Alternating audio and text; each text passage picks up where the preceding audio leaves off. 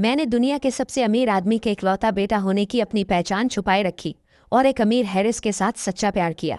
जब मैं उसे अपनी पहचान बताने ही वाला था, तभी मैंने उसके करीबी दोस्तों के ग्रुप को मेरे सामने एक गैर मुल्की जबान में बात करते हुए सुन लिया। तुम अरेंज्ड मैरिज के लिए घर वापस जाने वाली हो, तो इस छोटे से बॉयफ्रेंड का क्या जो तुम्हारे साथ है? क्या तुम्हारा ब्रेकअप हो गया? युवान श्वैंग ने आहिस्ता से अपने हाथ में पकड़े वाइन ग्लास को घुमाया। हमारा ब्रेकअप नहीं हो रहा।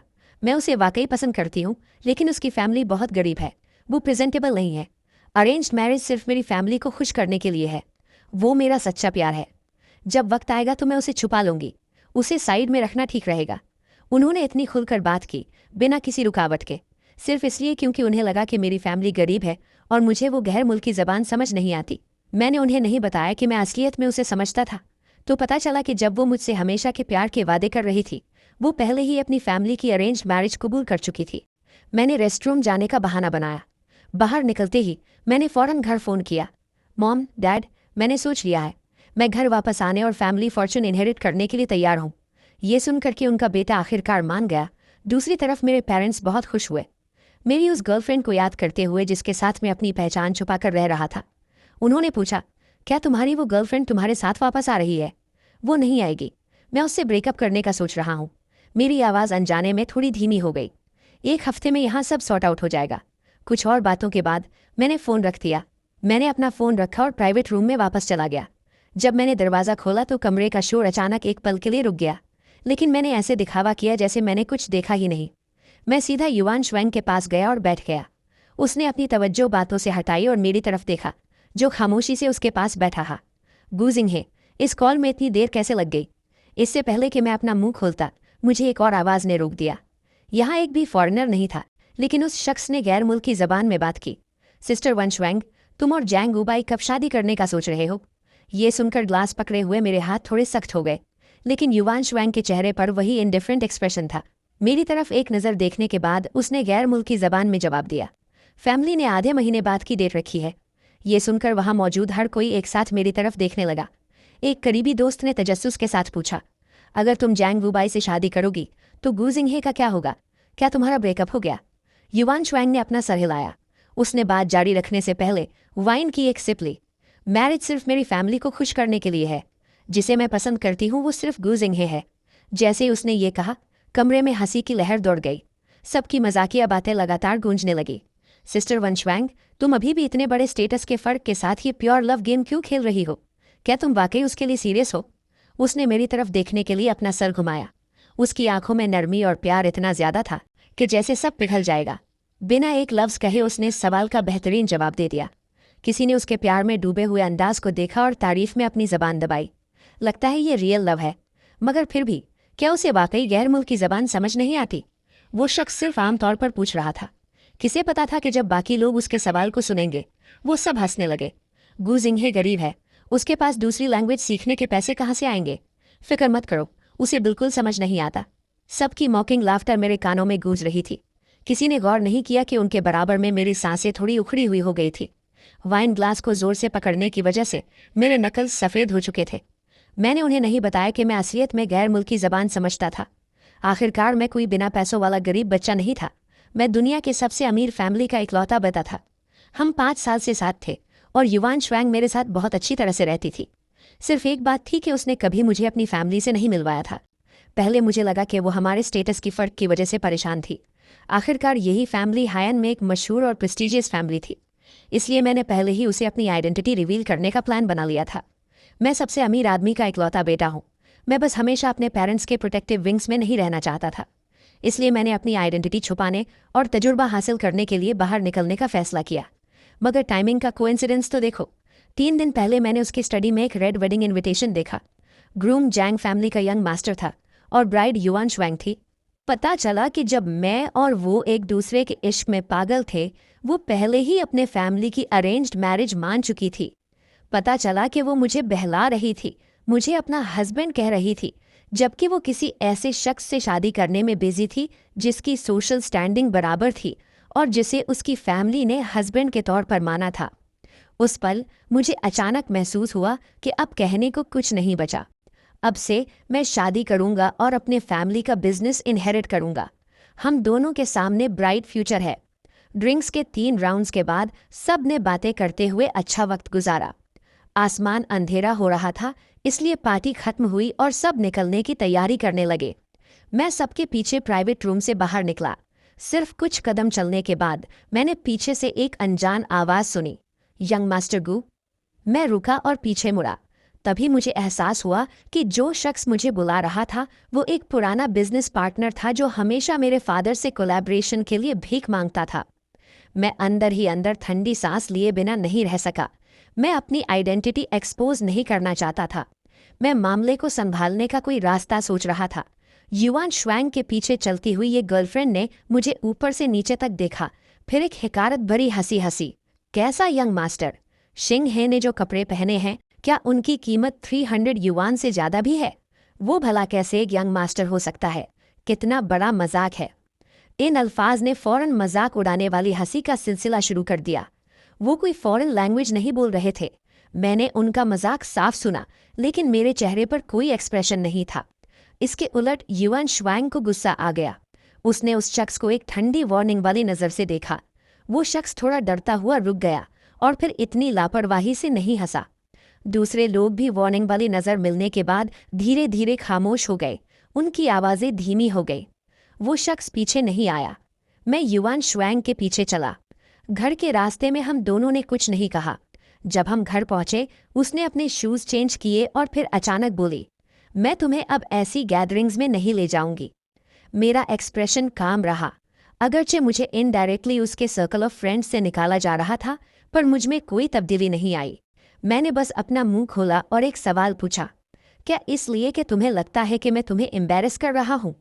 वो हंसी और मुझे हक करने वाली थी, लेकिन मैं हट गया। उसके पास एक्सप्लेन करने के सिवाय कोई रास्ता नहीं था। तुम क्या सोच रहे हो? मैं बस नहीं चाहती कि तुम्हें बुरा लगे, लेकिन हमारी स्टेटसेस अलग है।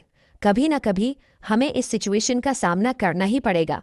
क्या तुम्हारी फैमिली तुम्हें एक अरेंज्ड मैरिज के लिए मजबूर नहीं कर रही? मैंने उसकी तरफ देखा।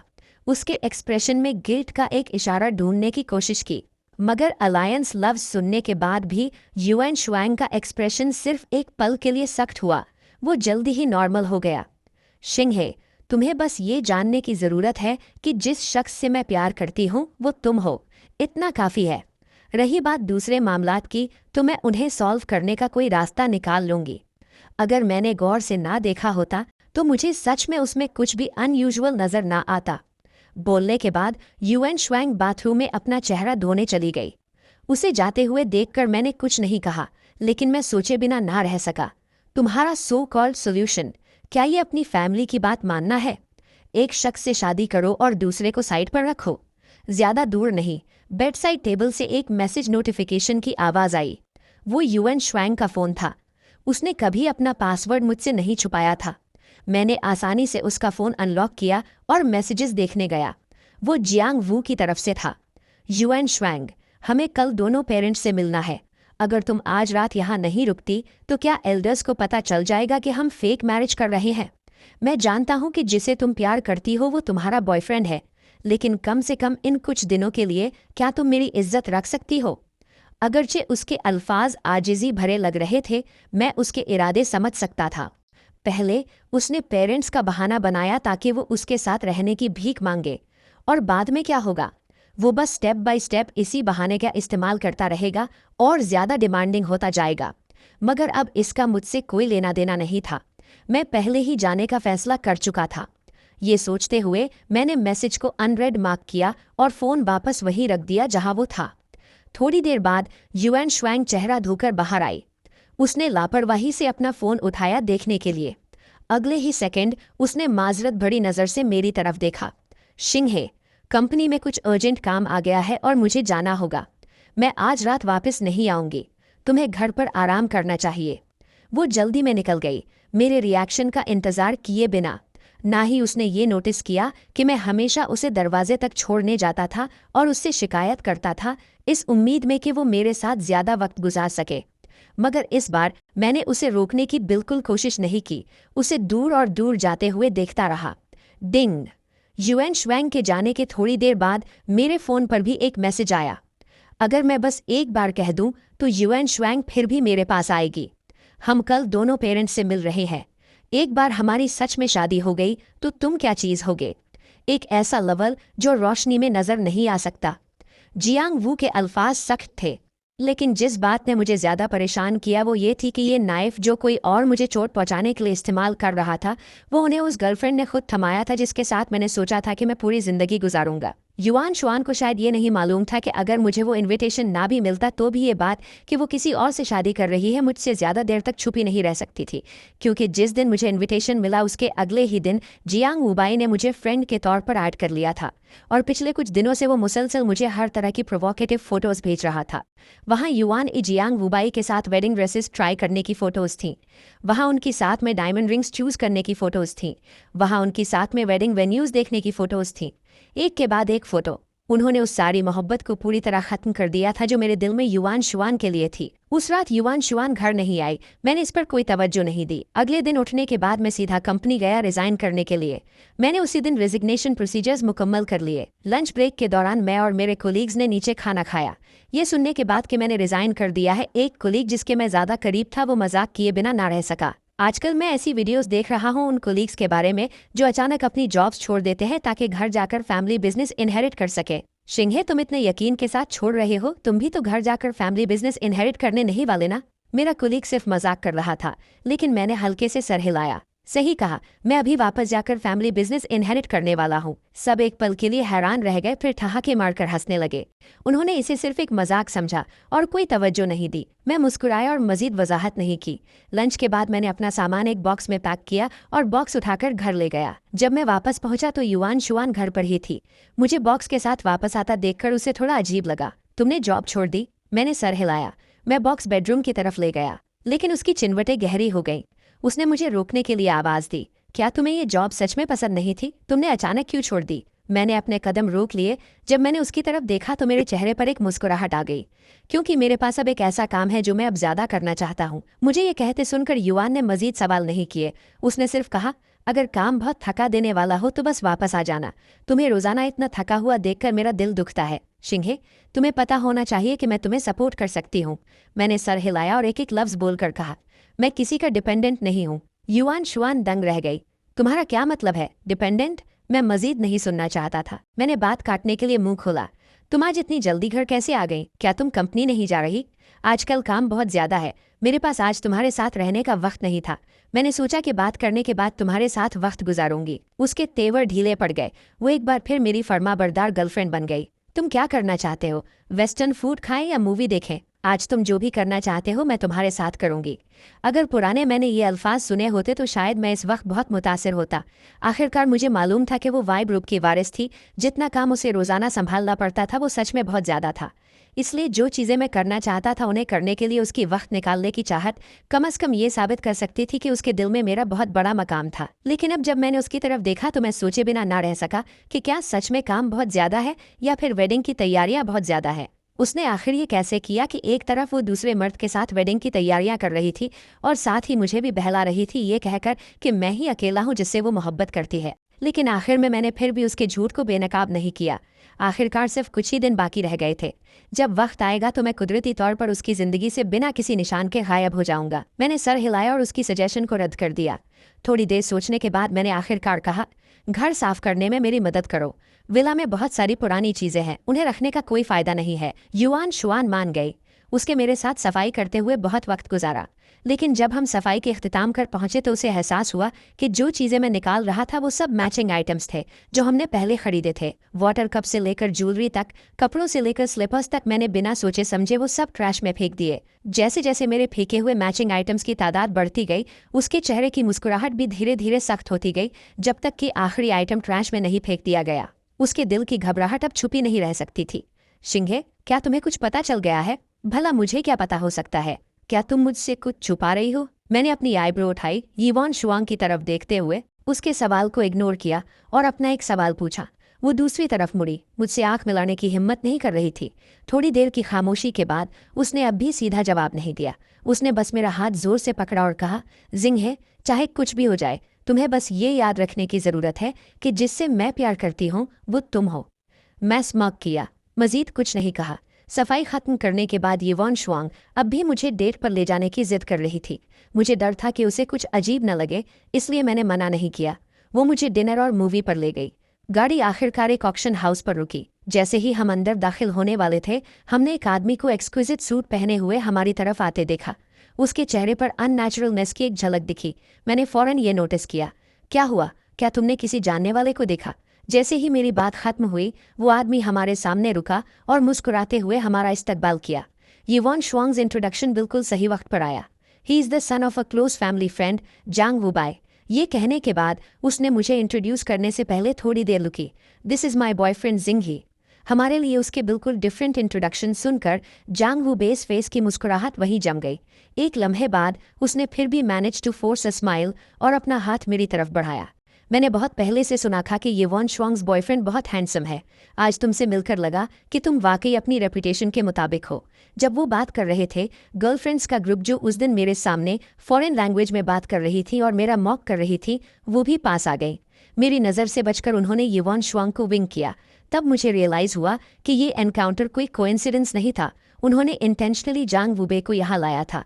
मेरे अंदर गुस्से की आग भड़क उठी, लेकिन इस सिचुएशन में अगर मैंने अचानक अपना टेम्पर खोया तो बात समझाना और मुश्किल हो जाता। इन सर्कमस्टांसिस में मैं सिर्फ अपना सारा गुस्सा सप्रेस कर सकता था। ऑक्शन में जांग वू बेस सीट बिल्कुल येवॉन शुआंग के साथ थी। अपने प्रोवोकेटिव टेक्स्ट्स के बरक्स इन पर्सन वो नॉलेजेबल और वेल स्पोकन था। ये जानते हुए कि येवॉन शुआंग को पोर्सलिन में इंटरेस्ट है, उसने अपनी कॉन्वर्सेशन इसी टॉपिक के इर्द गिर्द रखी। येवॉन शुआंग भी शुरुआती रेजिस्टेंस के बाद ग्रेजुअली उसकी तरफ झुकने लगी, जब तक मैंने खांसी नहीं की। तब जाकर येवॉन शुआंग को याद आया कि वो मुझे इग्नोर कर रही थी। उसने फौरन नरम आवाज़ में कहा, आर यू बोर्ड? जिंघे, मुझे पता है तुम्हें इन चीज़ों में इंटरेस्ट नहीं है। अगर तुम्हें कुछ पसंद आए तो तुम उस पर सीधा बिड लगा सकते हो। मैंने अभी कुछ कहा भी नहीं था कि हमारे पीछे बैठी गर्लफ्रेंड्स के ग्रुप की विस्पर्स दोबारा शुरू हो गई। अगरचे उन्होंने अपनी आवाज़ नीची रखने की कोशिश की क्योंकि वो सिर्फ एक रू पीछे थे, मैं उन्हें क्रिस्टल क्लियर सुन सकता था। सिस्टर येवॉन शुआंग वाकई इसकी इज्जत बचाना जानती है। अगर इसका इंटरेस्ट हो भी तो क्या, इसे कुछ पता ही नहीं है। मुझे डर है कि इसे पैडल उठाना भी नहीं आता होगा। सही कहा, एक अपर क्लास ऑक्शन, ये यकीनन इसका फर्स्ट टाइम होगा। उनमें से कई ने मेरी तरफ डिस्डेन से देखते हुए कहा। वो इसे विस्परिंग कह रही थी, लेकिन मुझे लगा वो इंटेंशनली ये मुझे सुनाने के लिए कह रही थी। मैंने कोई बहस नहीं की। आखिरकार अगली बार जब हम मिलेंगे तो उन्हें मेरे सामने रिस्पेक्टफुली खड़ा होना पड़ेगा और मुझे यंग मास्टर गू कहकर पुकारना होगा। इस पॉइंट पर प्रीवियस आइटम बिक चुकी थी और नेक्स्ट आइटम सामने लाई गई। ये एक जेड स्कल्पचर था जिसका नाम पाइन एंड क्रेन लॉन्जेविटी था। क्वालिटी सुपर्ब थी। सबसे ज़रूरी बात यह थी कि ऑक्शनियर के इंट्रोडक्शन ने क्लेम किया कि ये जैन शैंग का काम है, जो जेड कार्विंग के ग्रैंड मास्टर है। जैसे ही उसने ये इंट्रोडक्शन सुना, जांग वू फौरन एक्साइटेड हो गया। उसने अपने हाथ में बिडिंग पैडल उठाया। येवॉन शुआंग, ये पीस हाईली कलेक्टेबल है। ग्रैंडमा की बर्थडे परसों है, ये उनके लिए परफेक्ट बर्थडे गिफ्ट होगा। जब मैंने जैन शैंग का नाम सुना, मैंने सबकॉन्शियसली स्टेज पर रखी आइटम की तरफ देखा। बस एक नज़र देखा और अपनी नज़रें हटा ली। मेरी पुरसुकून आवाज़, जिसमें कोई रिपल ऑफ इमोशन नहीं था, जांग वू बे के सर पर ठंडे पानी की बाल्टी की तरह थी। This one is a fake. Zhang Wu Bei ने डिसबिलीफ से मेरी तरफ देखा। वो पूछने ही वाला था कि मुझ जैसे कंट्री बम्पकिन को क्या पता होगा, लेकिन येवॉन शुआंग को अपने साथ बैठा देखकर उसने अपना गुस्सा सप्रेस किया और हंसते हुए कहा, मिस्टर गू ने ये कैसे पता लगाया? क्योंकि असली वाला पहले ही यंग मास्टर गू, जो रिचेस्ट मैन का बेटा है, उसने अपनी दादी को दे दिया है। दुनिया में ऐसा सिर्फ एक ही है, असली उनके घर पर है, इसलिए स्टेज पर जो है वो डेफिनेटली एक फेक है। मैं बस एक काइंड रिमाइंडर दे रहा था। लेकिन जैसे ही मैंने ये कहा, जांग वू बे अचानक जोर से हंसने लगा। यहाँ तक कि हमारे पीछे बैठी येवॉन शुआंग की गर्लफ्रेंड्स का ग्रुप भी बिना रुके मजाक उड़ाते हुए हंसने लगा। अगर तुम्हें नहीं पता तो प्रिटेंड मत करो। How embarrassing. सही कहा, रिचेस्ट मैन के बेटे ने दिया है। क्या तुम बेड के नीचे छुपकर अपनी आंखों से देख रहे थे? सिर्फ इसलिए कि तुम्हारा लास्ट नेम भी गू है। ये मत सोचना कि तुम बड़ाई यंग मास्टर गू से कोई रिश्ता जता सकते हो। लोगों के मजाक उड़ाने की हंसी और तेज हो गई। आखिर में वो युआन शुआंग ही थी जिसने ठंडे चेहरे के साथ उनका मजाक रोका। उसने मेरी तरफ देखा, मेरा हाथ थामा। गोशिंग है, मुझे पता है तुम आजकल अप्रेजल पर कुछ किताबें पढ़ रहे हो, लेकिन अप्रेजल स्किल्स सिर्फ किताबों से बेहतर नहीं हो सकती। जियांग वू बाई बचपन से ही ऑक्शन हाउसेज आता जाता रहा है और जेड कार्विंग के बारे में बहुत कुछ जानता है। कुदरती तौर पर वो तुमसे थोड़ा ज़्यादा जानता है। उसने कुछ ज़्यादा सख्त नहीं कहा, लेकिन उसकी बातों से साफ जाहिर था कि वो समझ रही थी कि मैं फजूल बकवास कर रहा हूँ। मैं हल्का सा हंसा और कुछ नहीं बोला। आखिर में जियांग वुबाई ने पूरे 100 मिलियन खर्च किए ताकि वो जेड स्टैचू भारी कीमत पर जीत सके। जब वो अपना कार्ड स्वाइप करने गईं, उस लम्हे को देखते हुए मैं मुस्कुराया। मैं सोच रहा हूँ कि ये फैमिली की बूढ़ी खातून को ये जानकर कैसा लगेगा। उसने उनके लिए एक फेक जेड स्टैचू खरीदने पर 100 मिलियन खर्च कर दिए। वो क्या सोचेंगी?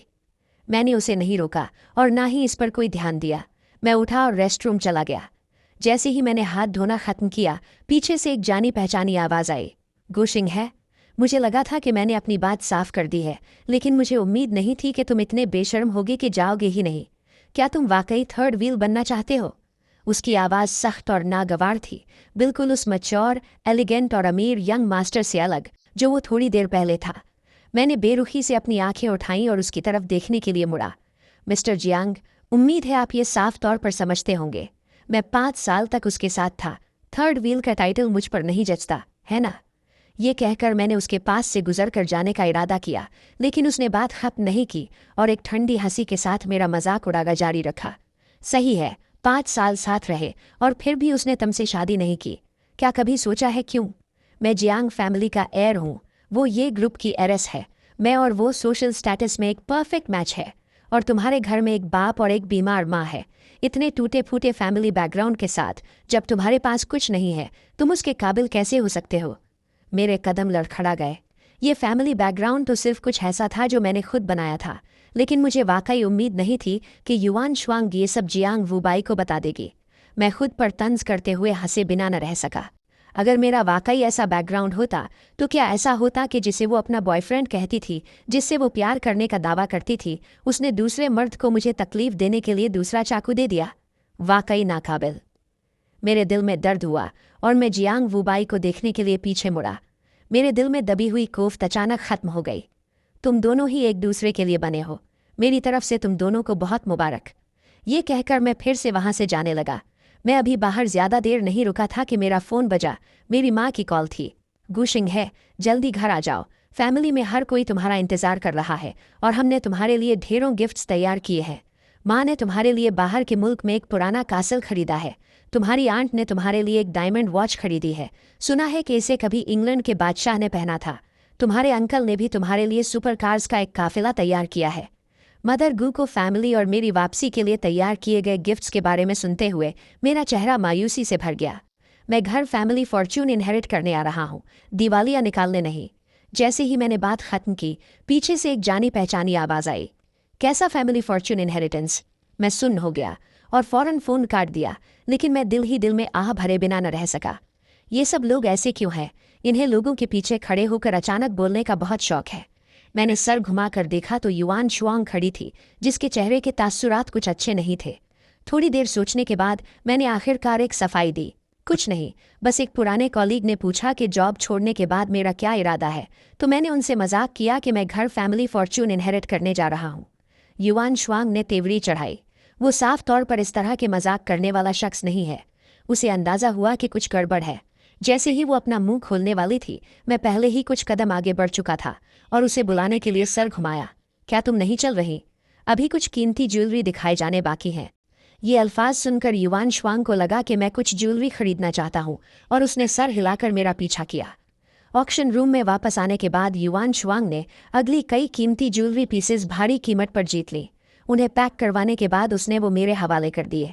मैंने अपने हाथ में मौजूद बॉक्स को देखा और धीमे से कहा, मैं ये चीज़ें इस्तेमाल नहीं करता। युआन शुआंग मुस्कुराई और मुझे गले लगा लिया। अब से इसकी आदत डाल लो। तुम्हें पैसे ज़ाया होने से डरने की ज़रूरत नहीं है। मैं पूरी ज़िंदगी तुम्हारे लिए यह खरीदूंगी। मेरे लब फड़क गए, लेकिन आखिर में मैंने अपनी बाकी बात नहीं कही। मैं करोड़ों की चीज़ें नहीं पहनता। मेरी ज्वेलरी कलेक्शन का हर पीस 100 मिलियन से ऊपर का है। ऑक्शन खत्म हो चुकी थी। हॉल में सब लोग एक एक करके जाने लगे। युआन शुआंग और हमारा ग्रुप भी ज़्यादा देर नहीं रुका। सब अपनी अपनी गाड़ियां लेकर आए थे, इसलिए हम सबको बस अपने अपने रास्ते निकलना था। लेकिन जैसे ही मैं गाड़ी में बैठा और अभी वो स्टार्ट भी नहीं हुई थी, जियांग वुबाई ने पैसेंजर साइड वाली खिड़की खटखटाई। गाड़ी का शीशा आहिस्ता से नीचे हुआ। वो बिल्कुल उस बुरे आदमी जैसा नहीं लग रहा था जो थोड़ी देर पहले रेस्टरूम में मेरे साथ इतनी सख्ती से पेश आया था। वान शुआंग, मेरी गाड़ी खराब हो गई है, क्या तुम मुझे घर छोड़ सकती हो?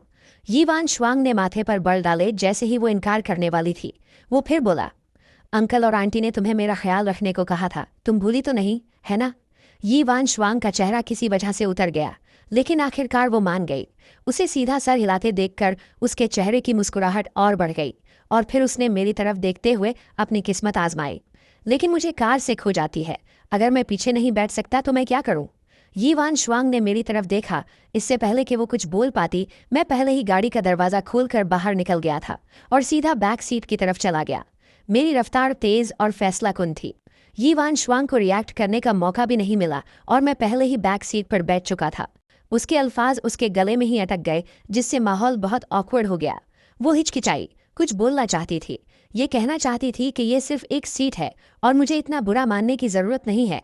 लेकिन जब उसने रियर व्यू मिरर से बैक सीट की तरफ देखा, मैं पहले ही आंखें बंद करके आराम करने का बहाना कर रहा था। उसी वक्त जियांग वुबाई भी गाड़ी में बैठ गया। गाड़ी का दरवाज़ा बंद हुआ और मुझे पीछे आंखें बंद किए आराम करते देखकर उसके होंठों पर एक मगरूर मुस्कुराहट आ गई। गो सिंह, तो क्या हुआ अगर वो अभी भी तुम्हें पसंद करती है? आखिर में जो मैं चाहता हूँ, क्या वो मेरे हाथों में नहीं आएगा? उसका दिल जीतना बस वक्त की बात है। ये सोचते हुए जियांग वुबाई का मूड अचानक अच्छा हो गया जब उसने यी वान श्वांग की तरफ देखा। उसकी आंखों में नरमाहट थी। क्या मिस्टर गू थक गए हैं? फिर उन्हें थोड़ी देर आराम करने दो। शायद मेरे अजीब रवैये को नोटिस करते हुए यी वान श्वांग ने भी जियांग वुबाई से ज़्यादा बात नहीं की। उसने बस सर हिलाया और खामोशी से गाड़ी स्टार्ट कर दी। मुझे नहीं पता मैं कब सो गया। जब मेरी दोबारा आँख खुली, गाड़ी यी फैमिली विला पर रुकी हुई थी। जियांग वुबाई गाड़ी से कब का जा चुका था। यी वान श्वांग ने मेरे चेहरे को छुआ। तुम जाग गए? मैंने देखा तुम इतनी गहरी नींद में थे कि मेरा तुम्हें जगाने का दिल नहीं किया। मेरा दिमाग अभी भी थोड़ा भारी था। मैंने सर हिलाया और यी वान श्वांग का इंतजार किए बगैर गाड़ी का दरवाज़ा खोलकर बाहर निकल गया। मैं सीधा मेन गेट की तरफ चलने लगा। जब यी वान श्वांग गाड़ी से बाहर निकली, मैं पहले ही दरवाजे तक पहुंच चुका था। वो मेरे पीछे भागी और दरवाजे पर मेरा रास्ता रोका। क्या तुम नाराज हो? जियांग वुबाई सच में बस एक पुराने फैमिली फ्रेंड का बेटा है, उसका बुरा मत मानो। मैं बस घुर्राया। यी वान श्वांग को लगा मैं अभी भी नाराज हूँ। उसने मुझे पीछे खींचने के लिए हाथ बढ़ाया और ना चाहते हुए मुझे मनाने की कोशिश की। वो सच में बस एक पुराने फैमिली फ्रेंड का बेटा है। डार्लिंग, मैं सिर्फ तुमसे प्यार करती हूँ, तुम ये जानते हो। ये कहने के बाद वो मुझे किस करने के लिए आगे बढ़ी, लेकिन मैंने उसे पीछे हटा दिया। उसके चेहरे पर हैरत देखकर मैं सीधा दरवाजे से अंदर चला गया। मेरी तबीयत ठीक नहीं है, मैं पहले अपने कमरे में आराम करने जा रहा हूँ। ये कहकर मैंने दरवाज़ा सख्ती से बंद कर लिया। यी वान श्वांग के कमरे में आने का रास्ता पूरी तरह खत्म कर दिया। अगली सुबह पहली मंजिल के डाइनिंग रूम में मैं यी वान श्वांग के साथ नाश्ता कर रहा था कि अचानक मेरे पास रखा फ़ोन बजने लगा। ये एक टाइमर अलार्म था जो मैंने पहले सेट किया था। नोट पर लिखा था, मीट द पेरेंट्स डे। यी वान श्वांग ने भी वो अल्फाज देख लिए। मैंने पहले उसे अपनी असली आइडेंटिटी बताने का सोचा था, इसलिए उसे अपने पेरेंट्स से मिलने के लिए घर आने को कहा था और वो मान गई थी। हम दोनों ने एक दूसरे की तरफ देखा। मैं इस मुलाकात को कैंसिल करने का कोई तरीका सोच रहा था, तभी अगले ही सेकंड उसका फ़ोन भी बजा। ये जियांग वुबाई की कॉल थी। मुझे नहीं पता दूसरी तरफ से उसने क्या कहा, लेकिन जब वो वापस मेरी तरफ आई तो उसके चेहरे के तावीर थोड़े बदले हुए थे। उसने माफ़ी मांगते हुए मिलने से इनकार कर दिया। सिंह, अचानक कुछ काम निकल आया है। क्या मैं अगली बार तुम्हारे साथ अंकल और आंटी से मिलने चल सकती हूँ?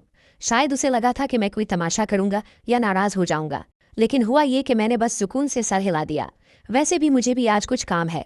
यी वान श्वांग के जाने की थोड़ी देर बाद मैं भी शॉपिंग मॉल की तरफ निकल गया ताकि उन दोस्तों के लिए गिफ्ट्स तैयार कर सकूं जिनसे मैं मिलने वाला था, हर एक के लिए एक। जब मैं मीटिंग प्लेस पर पहुंचा, सब ने अपने गिफ्ट्स खोले।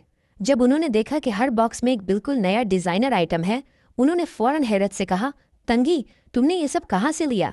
ये बिल्कुल रियल लग रहा है। ये सब रियल है। उन्हें ये सब इतना पसंद करते और हाथ से ना छोड़ते देखकर मेरी ज़ोर से हंसी निकल गई। एक्सप्लेन करने के बाद मैंने देखा कि उन्हें यकीन नहीं आ रहा था, तो मैंने अपनी ट्रू आइडेंटिटी रिवील कर दी। असल में जो मैंने पहले तुम लोगों को अपने फैमिली बैकग्राउंड के बारे में बताया था कि मेरे पेरेंट्स बहुत बीमार हैं, वो सब फेक था। मेरी रियल आइडेंटिटी रिचेस्ट मैन का इकलौता बेटा होना है। इस बार तुम सबको गुड बाय कहने की वजह यह है कि मुझे फैमिली फॉर्च्यून इनहेरिट करने के लिए घर वापस जाना है। मेरी ये बात सुनकर पूरा ग्रुप पहले सुन रह गया, फिर हैरान हुआ और आखिर में निहायत खुश हो गया और मुसलसल चिल्लाने लगे कि एक यंग मास्टर उनके बिल्कुल पास था। उनकी चीखों ने रेस्टोरेंट की छत ही फाड़ दी थी। चीरिंग के बाद किसी को यी वान श्वांग की याद आई और फौरन पूछा, लेकिन अगर तुम वापस चले गए तो यी वान श्वांग का क्या होगा? क्या उसे तुम्हारी रियल आइडेंटिटी अभी तक मालूम है? यी वान श्वांग का जिक्र आते ही मेरे चेहरे की स्माइल थोड़ी फीकी पड़ गई। वो किसी और से शादी करने का प्लान कर रही है। ये कैसे मुमकिन है? ये बात सुनकर मेरे दोस्तों को यकीन नहीं आया। हमारी नज़रों में वो अमीरों में एक रेयर और डीपली डिवोटेड पर्सन है। सही कहा, सही कहा। 3 साल पहले तुमने कहा था कि तुम्हें नाइट ब्लूमिंग सीरियस पसंद है, तो उसने सिर्फ तुम्हारी एक स्माइल के लिए बहुत सारी रकम खर्च करके दुनिया के सारे नाइट ब्लूमिंग सीरियस खरीद लिए थे। 2 साल पहले तुम्हें फ्लू हुआ था, उसने एक 100 मिलियन का कॉन्ट्रैक्ट ठुकरा दिया ताकि वो अब्रॉड से वापस आकर खुद तुम्हारा ख्याल रख सके। पूरी रात उसने अपनी आंखें बंद करने की हिम्मत तक नहीं की। और 1 साल पहले जिस कार में तुम दोनों थे उसका एक्सीडेंट हो गया था। वो आउट ऑफ कंट्रोल ट्रक असल में तुम्हारी तरफ आ रहा था। तुम्हें बचाने के लिए उसने जोर से कार मोड़ी थी। आखिर में तुम्हें कुछ नहीं हुआ, लेकिन उसकी 3 पसलियां टूट गई थीं और वो 3 महीने तक हॉस्पिटल बेड कर थी, तकरीबन होश में ही नहीं आ रही थी। अब वो शादी कर रही है, ग्रूम तुम कैसे नहीं हो सकते? अपने दोस्तों से गुजरे हुए वाकयात सुनकर मुझे अभी भी अंदर से बहुत इमोशनल फील हुआ। यी वैन शुआंग उस वक्त सच्चा इश्क करती थी, मुझे इस हद तक चाहती थी कि अपनी जान की परवाह तक नहीं करती थी। लेकिन अब मैंने अपना सर हिलाया और हल्का सा हंसा। वो मुझसे प्यार करती है, लेकिन उसकी फैमिली को लगता है कि मेरा स्टेटस उसके लायक नहीं है। मुझे सच बोलने का मौका तक नहीं मिला। उससे पहले ही उसने वेडिंग इन्विटेशंस प्रिंट करवा लिए थे। उसकी बातों से लग रहा था कि वो शायद चाहती है कि शादी के बाद मैं उसका लवर बनकर रहूं। ये सुनकर मेरे भाइयों का गुस्सा फट पड़ा। क्या लवर? रिचेस्ट मैन के इकलौते बेटे को लवर बनाना? यूथ फैमिली जरूर पागल हो गई होगी। ठीक है, ठीक है, ठीक है।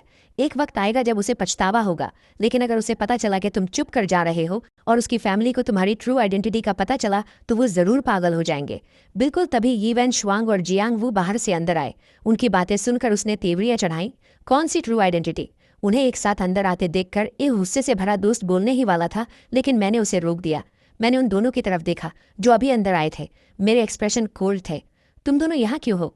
मेरा सवाल सुनकर यी वैन शुआंग थोड़ा गिल्टी फील करने लगी। उसकी नज़रें कतरा रही थी। हमारी दोनों फैमिलीज के इत्तेफाक से एक कोलैबोरेशन है, इसलिए हमने मिलने और डिस्कस करने का प्लान किया था। उसका जवाब सुनकर मैं फिर हंसा।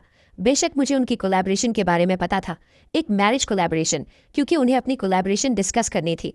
जी वैन शुआंग और जियांग वू उनके साथ नहीं बैठे, बल्कि पास ही एक अलग टेबल पर बैठ गए। ज्यादा दूर नहीं, बस इतना पास कि मैं उनके दरमियान इंटीमेट एक्शंस देख सकूं।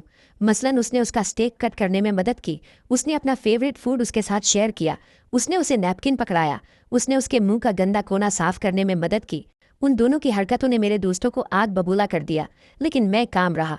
खाना खत्म करने के बाद हमारी गैदरिंग भी खत्म हो गई। यी वैन शुआंग ने फिर मुझे और जियांग वू को घर छोड़ने की ऑफर की। शायद पैसेंजर सीट पर पिछली लड़ाई से सबक लेकर इस बार यी वैन शुआंग ने अपना लेसन सीख लिया था। उसने फैसला कुन अंदाज में अपनी फैमिली की स्ट्रेच्ड रोल्स रॉयस मंगवाई, जिसे ड्राइवर चला रहा था। जाहिर है अब वो पैसेंजर सीट पर नहीं जाएगी। कार सुकून से जियांग फैमिली के घर की तरफ बढ़ रही थी। रास्ते साफ थे। किसी ने तवक्को नहीं की थी कि इस मौके पर एक्सीडेंट हो जाएगा। एक आउट ऑफ कंट्रोल ट्रक दूसरी तरफ से तेजी से आया। ड्राइवर ने फितरी तौर पर स्टीयरिंग व्हील घुमाया और बस एक जोरदार धमाका सुनाई दिया। दोनों गाड़ियां फिर भी टकरा गई और कार की विंडो टूट गई, जबकि मैं दूसरी तरफ गिरा। मैंने देखा कि यी वैन शुआंग अपने बराबर में जियांग वू को ढाल बनकर बचा रही है। न सिर्फ उसने उसे चोट लगने से बचाया, बल्कि उसे दिलासा भी दिया। मेरा होश खोने लगा। मुझे अचानक वो एक्सीडेंट याद आया जिसका मेरे दोस्तों ने अभी जिक्र किया था। हमें साथ रहते 4 साल हो चुके थे। उसके लिए मेरे जज्बात अभी भी अपने उरूज पर थे। ये भी बिल्कुल ऐसा ही इंटरसेक्शन था। एक ट्रक तेज रफ्तार से आ रहा था।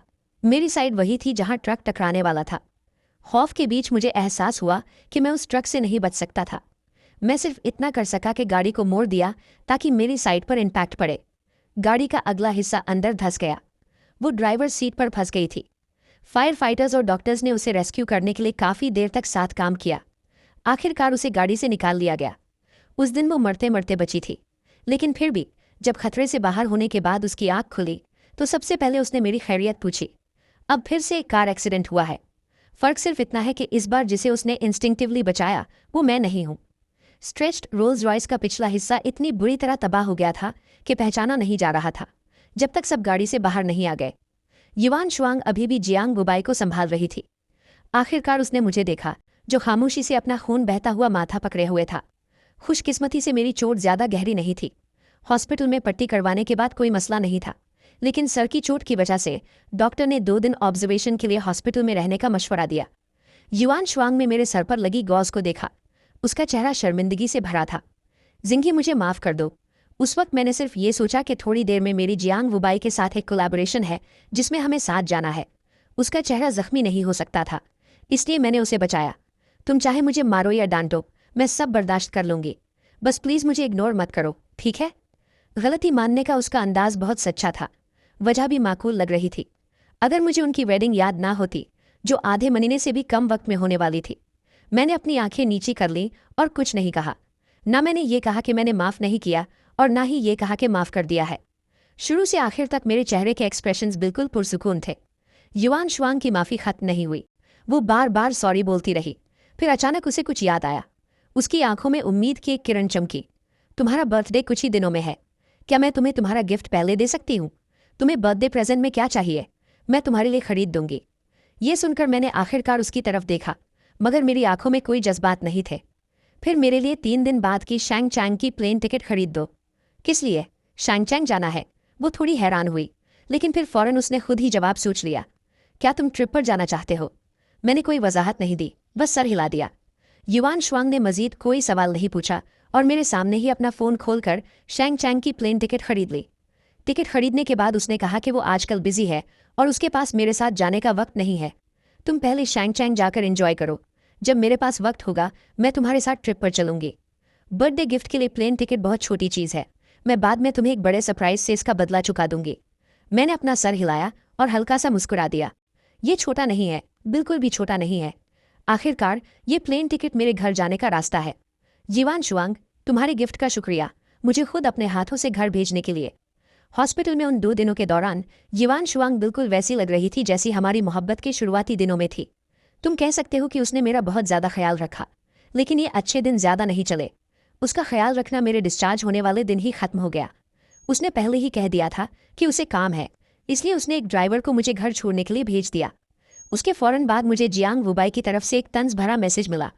सॉरी, युवान शुआंग और मैं जल्द ही शादी कर रहे हैं। आज उसे मेरे साथ मेरे घर डिनर पर जाना है। मुझे डर है कि उसके पास तुम्हें हॉस्पिटल से लेने का वक्त नहीं होगा। मैंने इस मैसेज पर कोई ध्यान नहीं दिया, बस खामोशी से घर गया और अपना लगेज पैक करना शुरू कर दिया। रवानगी के दिन मैं बहुत जल्दी उठ गया।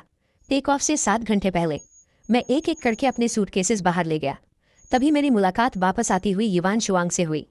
विला के दरवाजे पर सूटकेसेस का ढेर देखकर उसका चेहरा खौफ से पीला पड़ गया। उसके दिल में अचानक बेचैनी बढ़ गई। ये सब क्या है? क्या तुमने नहीं कहा था कि तुम एंजॉय करने शैंगचैंग जा रहे हो? ये वही टिकट है जो मैंने तुम्हारे लिए खरीदी थी। क्या तुम भूल गए? मेरे एक्सप्रेशंस बिल्कुल आम थे, जैसे मैं सच में सिर्फ ट्रिप पर जाने की तैयारी कर रहा हूँ। मगर मेरी बातें उसे यकीन नहीं दिला सकी। क्या तुम सिर्फ 1-2 दिन के लिए नहीं जा रहे? क्या तुम्हें इतने सारे लगेज की ज़रूरत है? मैं मुस्कुरा दिया। कुछ फालतू कपड़े साथ ले जा रहा हूँ। मैं कुछ ज़्यादा पिक्चर्स खींचना चाहता हूँ, लेकिन मुझे पहले कभी इस तरह पिक्चर्स खींचना पसंद नहीं था। जब हम साथ ट्रैवल करते थे मैं कभी इतना सामान नहीं लाता था।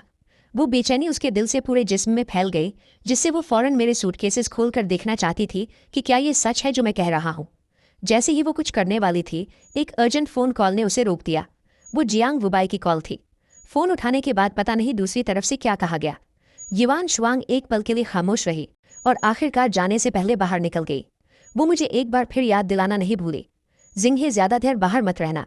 मुझे अपनी वापसी की फ़्लाइट डिटेल्स भेज देना, मैं तुम्हें लेने आऊँगी। मैंने कोई जवाब नहीं दिया, क्योंकि मैं जानता था कि मैं वापस नहीं आऊँगा। ये आखिरी अलविदा है। टेक ऑफ से 5 घंटे पहले मैंने मेन डोर का पासवर्ड बदल दिया, अपने बर्थडे से जियांग वुबाई के बर्थडे पर। फिर मैंने दरवाजे पर एक नोट लगा दिया। आखिरकार अब से ये मिस्टर जियांग का घर होगा। बेहतर है कि पासवर्ड उनके बर्थडे पर ही सेट हो। टेक ऑफ से 3 घंटे पहले मुझे विला में मेरी और युवान शुआंग की सारी फ़ोटोज़ मिल गई। मैंने उन्हें आग के बर्तन में डाल दिया। एक एक करके मैं उसे पकड़ा हुआ था और हम फायरवर्क्स के नीचे किस कर रहे थे। वो बार बार कह रही थी कि वो मेरी है। सनसेट और मिल्की वे के बीच मुझसे अपनी मोहब्बत का इजहार कर रही थी। पूरी जिंदगी मुझसे प्यार करने की कसम खा रही थी। उसने एक बार मुझे कार से बचाने के लिए अपनी 3 पसलियाँ तुड़वा ली थी। उसका सोशल मीडिया सिर्फ मेरे बारे में था। हमने साथ बाहर देखी, गर्मियों में साथ चले, खजन का इस्तकबाल किया और सर्दियाँ गुजारी। अब यादें थोड़ी थोड़ी करके जल रही हैं। हमारा सब कुछ पूरी तरह से खत्म हो गया है। टेक ऑफ से 2 घंटे पहले मेरा फ़ोन बजा। मैंने उसे खोल कर देखा। जियांग वुबाई ने मुझे एक वीडियो भेजी थी। वीडियो किसी फैमिली पार्टी की लग रही थी। वहाँ युवान शुआंग के दोस्त, जियांग वुबाई के भाई और दोनों फैमिलीज़ के बड़े मौजूद थे। बहुत से लोगों ने युवान शुआंग और जियांग वुबाई को घेरा हुआ था, जो इस इवेंट के 2 मेन कैरेक्टर्स थे। शूर और गुल खत्म नहीं हो रहे थे। किस किस मैं तुम्हें बता रहा हूँ सिस्टर युवान, तुम्हारी कुछ ही दिनों में शादी होने वाली है। किस करने में शर्म कैसी? शूर और गुल के बीच जियांग वुबाई ने शर्माते हुए अपनी आंखें बंद की और उसके करीब हो गया। क्राउड का शोर बढ़ता गया। वो चिल्ला रहे थे कि यी वान वांग उसे किस करे। यी वान वांग ने अपने सामने खड़े शख्स को घूरा और आखिरकार अपनी आंखें बंद कर लीं। वीडियो बार बार रिपीट पर चल रही थी। जब ये 7वीं बार चली, जैंग वू का एक मैसेज आया। गोइंग ही, क्या तुमने देखा? मैं यी फैमिली का वो सन इन लॉ हूँ जिसे सबने मान लिया है। तुम्हारा खानदान निहायत गरीब है। यी फैमिली तुम्हारे खानदान के बैकग्राउंड के साथ तुम्हें इज्जत कैसे दे सकती है? तुम मुश्किल से किसी भिखारी से शादी करने के लायक हो। तो क्या हुआ अगर वान वांग तुमसे प्यार करती है? मैं धीरे धीरे उसकी डिफेंसेस को तोड़ रहा हूँ। पहले उसने मेरे साथ फैमिली से मुलाकात की, फिर हम साथ रहते हैं, और अभी उसने मुझे किस भी किया। मुझे बताओ, तुम्हें क्या लगता है कितना वक्त लगेगा हमारे स्लीप टुगेदर करने में? मैंने उसके मैसेज का जवाब नहीं दिया। मैंने बस खामोशी से पिछले कुछ दिनों में भेजे गए प्रोवोकेटिव मैसेजेस लिए, एक एक करके, और उन सब का प्रिंट निकाल लिया। मैंने उन्हें एक स्टैक में लगाया और खाली लिविंग रूम में रख दिया। टेक ऑफ से 1 घंटा पहले मैंने उन प्रिंटेड पेपर्स के स्टैक पर अपने आखिरी अल्फाज छोड़े, यी वान वांग, हैप्पी वेडिंग, हम खत्म हो चुके हैं। उसके बाद मैंने अपना सूटकेस घसीटा और विला कॉम्प्लेक्स से निकल गया। मैंने टैक्सी पकड़ी और एयरपोर्ट की तरफ निकल गया। यी वान वांग, अब से मैं अपनी चिबल फैमिली का अमीर यंग मास्टर बनने जा रहा हूँ। तुम्हारे साथ मेरा अब कोई ताल्लुक नहीं। हो चैंग एयरपोर्ट। जैसे ही मैं एयरपोर्ट से अपना सूटकेस लेकर बाहर निकला, एक ऐसी कार जो पहली नज़र में ही महंगी लग रही थी, एक बुगाटी, पहले से ही बाहर इंतजार कर रही थी। जैसे ही उसने मुझे देखा, कार के बाहर इंतजार करते हुए आदमी ने फौरन मेरे लिए दरवाज़ा खोला। यंग मास्टर, प्लीज़ अंदर बैठिए, सामान कार में रख दिया गया है। जैसे ही मैं कार में बैठा, मैंने ड्राइवर सीट पर बैठे आदमी से आम सी बातचीत की। अंकल दी, आप मुझे लेने क्यों आए हैं? फैमिली ड्राइवर कहाँ है? अंकल दी हंसे। उनकी आंखों के कोनों पर छोटी रिंकल्स ने उन्हें मजीद मेहरबान दिखाया। कार धीरे से चली, ट्रैफिक के बहाव में मर्ज होते हुए। उनकी आवाज़ आई, यंग मास्टर, आप सालों से वापस नहीं आए। जब मैंने सुना कि आप आज वापस आ रहे हैं, तो मैंने इस टास्क के लिए खुद को पेश किया। लगता है अंकल दी ने मुझे मिस किया। मैं मुस्कुराया, मेरी आंखों में टीजिंग का एक इशारा था। बहुत जल्द कार गू फैमिली विला के सामने रुकी। मैं कार से बाहर निकला और सीधा बी विला के अंदर चला गया। जब मैंने दरवाज़ा खोला, मेड्स का एक ग्रुप पहले से ही दरवाजे पर इंतजार कर रहा था। मुझे अंदर आते देख उनकी आवाज़ें और एक्शंस बिल्कुल एक साथ थीं। Welcome home young master. मैंने अपना हाथ अपने माथे पर रखा, थोड़ा हेल्पलेस महसूस करते हुए। अंकल लाई ने सूटकेस आगे किया और एक मेड ने उसे लिया और ऊपर ले गई। मेरी हेल्पलेस एक्सप्रेशन देखकर वो हंसे और बोले, मास्टर और मैडम रिचुअल्स को बहुत सीरियसली लेते हैं। जब उन्होंने सुना कि आप वापस आ रहे हैं, तो वो पूरी रात जागकर उन्हें वेलकम सेरेमनी के लिए ट्रेन करते रहे। वो अब लिविंग रूम में आपका इंतजार कर रहे होंगे। मैंने सर हिलाया। अगरचे ये वेलकम थोड़ा एक्स्ट्रावेगेंट था, मैंने मूड खराब करने के लिए कुछ नहीं कहा। मैं बस सीधा लिविंग रूम में चला गया। जैसा कि उम्मीद थी, लिविंग रूम लोगों से पैक्ड था। मेरे पेरेंट्स के साथ साथ मेरे अंकल और आंट सब यहाँ थे। मैं आगे बढ़ा और एक एक करके सबको ग्रीट किया। फिर मैं अपने पेरेंट्स के पास बैठ गया। उनके कंसर्न्ड एक्सप्रेशंस देखकर वो कंपोजर जो मैंने इतने वक्त से बरकरार रखा था, अचानक टूट गया। मेरे अंदर एक नाकाबिले बयान ग्रीवेंस का एहसास जाग उठा। बचपन से ही बड़ों ने मुझे बहुत लाड प्यार से पाला था। कभी कोई हार्डशिप नहीं सही, जब तक कि मैंने अपनी आइडेंटिटी नहीं छुपाई और ट्रेनिंग के लिए हायांग गया, जहां मेरी मुलाकात यी वान वांग से हुई। उसे 5 साल तक डेट करते हुए मैंने उसे अपना पूरा सिंसियर दिल दिया। उस वक्त मैं सच में अपनी बाकी जिंदगी उसके साथ गुजारना चाहता था। मुझे ये यकीन भी था कि देर सवेर हम एक दूसरे के लिए वन एंड ओनली बन जाएंगे। बस दुख इस बात का है कि आखिर में मैं अनजाने में वो लवर बन गया जिसे उसने साइड पर रखा हुआ था। एक सिंसियर दिल आखिरकार वेस्ट हो गया। मेरी माँ ने मेरा हैवी मूड देखकर मेरे कंधे को थपथपाया। जो हुआ सो हुआ। एक चीज़ जिससे हम नहीं डरते वो गलतियाँ करना है। बुरे से बुरा ये हो सकता है कि हम दोबारा शुरुआत कर सकते हैं। हमारी फैमिली में सेकंड चांसेस की कोई कमी नहीं है। अपनी माँ के कंफर्टिंग अल्फाज सुनकर मेरा मूड आखिरकार थोड़ा ईज हुआ। ये देखकर दूसरों ने जल्दी से सब्जेक्ट बदल दिया। उन्होंने जल्दी से वो गिफ्ट्स निकाले जो उन्होंने तैयार किए थे। एक नज़र देखते ही मुझे एहसास हुआ कि मेरी माँ ने जो थोड़ी देर पहले फ़ोन पर बताया था, वो बिल्कुल भी एग्जैजरेशन नहीं था। वो बल्कि थोड़ा अंडरस्टेटमेंट ही था। प्रॉपर्टी डीड से लेकर कीज तक एक मोटे स्टैक पर चाबियों का एक और लंबा गुच्छा था। सबसे स्ट्राइकिंग चीज़ गोल्डन डायमंड से बनी डायमंड वॉच थी जो दरमियान में रखी हुई थी। हर एक डायमंड हैरानीकुन हद तक बड़ा था। इस वॉच का हर हिस्सा इसकी एक्स्ट्राऑर्डिनरीनेस और वैल्यू दिखा रहा था, लेकिन फिर भी उन्हें लग रहा था कि ये काफ़ी नहीं है। मेरे सामने रखी टेबल को भरने की कोशिश कर रहे थे, इससे पहले कि वो सेटिस्फाइड होते। जैसे ही मैं बेबसी से कहने वाला था कि इसकी ज़रूरत नहीं है, मेरी आंट ने अचानक टेबल पर हाथ मारा। उनकी आंखें चमक उठीं। क्या इसने अभी ब्रेकअप नहीं किया? ऐसा है कि मेरी एक दोस्त की बेटी हाल ही में मुल्क वापस आई है। मेरी दोस्त काफ़ी वक्त से परेशान है क्योंकि उसे कोई बॉयफ्रेंड नहीं मिला। क्यों ना तुम दोनों एक ब्लाइंड डेट पर जाओ, बस इसे एक दोस्त बनाना समझ लो। मैं हैरान रह गया और जल्दी से हाथ हिलाते हुए कहा कि मुझे ज़रूरत नहीं है, लेकिन मेरी आंट ने मुझे मना नहीं करने दिया। उन्होंने सीधा अपना फ़ोन निकाला और मुझे एक अकाउंट भेज दिया। मैं उस लड़की से उसके अब्रॉड जाने से पहले मिली थी। वो बहुत ब्यूटीफुल है। अगर तुम्हारे दरमियान कोई रोमांटिक फेट ना भी हो, फिर भी दोस्त रहना अच्छा है। चूंकि उनकी काइंडनेस को मना करना मुश्किल था, मैंने आखिरकार उनकी सजेशन मान ली। बस मुझे ये उम्मीद नहीं थी। जब मैंने वो अकाउंट खोला जो उन्होंने भेजा था, मुझे पता चला कि मैं काफ़ी वक्त से उस पर्सन के साथ फ्रेंड्स था। मैंने देखने के लिए क्लिक किया, वहाँ कोई निकनेम नहीं था। प्रोफाइल पिक्चर एक पिच ब्लैक बैकग्राउंड में एक क्रीसेंट मून की थी। मैं दंग रह गया और काफ़ी देर तक सोचता रहा, लेकिन फिर भी याद नहीं कर सका कि मैंने उसे कब फ्रेंड ऐड किया था। मैंने पूछा भी नहीं और ऐसा प्रिटेंड किया जैसे कुछ गलत नहीं है। मैंने अपनी फ़ोन स्क्रीन बंद कर दी। आखिरकार सारे आंसर्स नेचुरली मिल जाएंगे जब हम मिलेंगे। जैसे ही मैं दूसरी तरफ किसी और के साथ ब्लाइंड डेट के लिए तैयारी कर रहा था, यिवान श्वन आखिरकार घर वापस आ गई थी। पहले ही शाम हो चुकी थी और विला की लाइट्स बंद थीं। उसने दरवाजे पर लगा नोट नहीं देखा। उसने हमेशा की तरह पासवर्ड डाला। पासवर्ड डालने के बाद जैसे ही वो दरवाज़ा खोलने वाली थी, उसने देखा कि दरवाज़ा अब भी नहीं खुल रहा था। उसने थोड़ा कन्फ्यूज्ड होकर ऊपर देखा और तभी उसे दरवाजे पर वो नोट दिखा। आखिरकार अब से ये मिस्टर जियांग का घर होगा। बेहतर है कि पासवर्ड उनके बर्थडे पर सेट किया जाए। मिस्टर जियांग का घर, जियांग वुबाई। उसका दिल अचानक जोर से धड़कने लगा। क्या ऐसा हो सकता है कि उसे पहले से कुछ पता हो? लेकिन वो और जियांग वू सिर्फ एक बार मिले थे और कोई और उसे इस बारे में नहीं बता सकता था। उसे कहाँ से पता चला होगा कि वो जियांग वू से शादी करने वाली है? यिवान शुआंग ने हिचकिचाते हुए जियांग वू की बर्थडे डाली। विला का मेन डोर खुल गया। उसने लाइट्स ऑन की। विला खाली था। उसने अनजाने में पुकारा, एक्सिंग। उसकी आवाज़ विला में गूंजी, लेकिन काफ़ी देर तक कोई जवाब नहीं आया। तभी उसे अचानक याद आया कि मैं 2 दिन पहले हुआचांग गया था। मैं बहुत कम उसे इतनी देर के लिए छोड़ता था।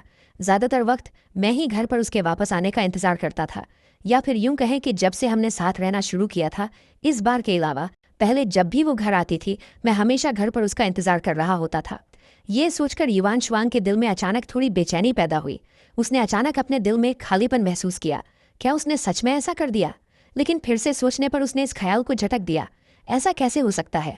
गुइंग मुझसे इतना प्यार करता है, शायद सिर्फ इस वजह से कि मैंने गुज़श्ता कुछ दिनों में उसके साथ कम वक्त गुजारा है, कि वो ओवर थिंकिंग कर रहा है और गलती से मेरे और जियांग वुबाई के रिलेशनशिप का अंदाज़ा लगा लिया है। लेकिन वक्त आने पर वो ज़रूर मेरे पास वापस आएगा, बस उसे थोड़ा कोक्स करना पड़ेगा। ये सोचते हुए उसने अपना माथा मला और लिविंग रूम की तरफ चल दी। लगता है उसे बाद में फ़ोन करके पूछना पड़ेगा कि वो कब वापस आ रहा है और उससे बात करनी होगी। लेकिन जब वो लिविंग रूम में पहुंची, इससे पहले कि वो कॉल कर पाती, उसकी नज़र लिविंग रूम की टेबल पर रखे पेपर्स के ढेर पर पड़ी। यिवान शुआंग रुकी नहीं, बल्कि उसकी तरफ तेजी से बढ़ी। बहुत जल्दी वो सोफा पर बैठ गई और उसने पेपर्स का ढेर उठा लिया। बिना ये जाने कि ये क्या है, उसके दिल में एक हल्की सी उम्मीद थी। एक्सिंग की तरफ से कुछ? क्या उसने ये मेरे देखने के लिए छोड़ा है? मैंने कहा था ना, वो बस नाराज़ है। वो सच में मुझे छोड़कर कैसे जा सकता है? उसके लबों पर एक हल्की सी मुस्कुराहट आई, लेकिन बहुत जल्दी जैसे ही उसने पेपर पर लिखा हुआ देखा, उसकी मुस्कुराहट जम गई। सबसे ऊपर वाले पेपर पर एक लाइन की हैंडराइटिंग के अलावा और कुछ नहीं था। यिवान शुआंग ने एक ही नज़र में पहचान लिया कि ये मेरी हैंडराइटिंग है, जो पेज पर साफ दिख रही थी। अगर आप गौर से देखें कि क्या लिखा है, तो आपको ये सिर्फ खूबसूरत लगेगी, लेकिन ये वही हैंडराइटिंग थी जिसके लिखे हुए अल्फाज एक स्लेज हैमर की तरह थे, जिसने उसके दिल पर गहरी चोट मारी। यिवान शुआंग, हैप्पी वेडिंग, हमारा ख़त्म हो गया है। उसे लगा जैसे उसके कान बज रहे हैं। उसका दिमाग सुन्न हो गया। उसे काफ़ी बार गौर से देखना पड़ा ताकि आखिरकार ये कन्फर्म कर सके कि उससे कोई गलती नहीं हुई। उसने वाकई लिखा था, हैप्पी वेडिंग, हमारा ख़त्म हो गया है। वो अब मुझे नहीं चाहता। वो ज़रूर मजाक कर रहा होगा।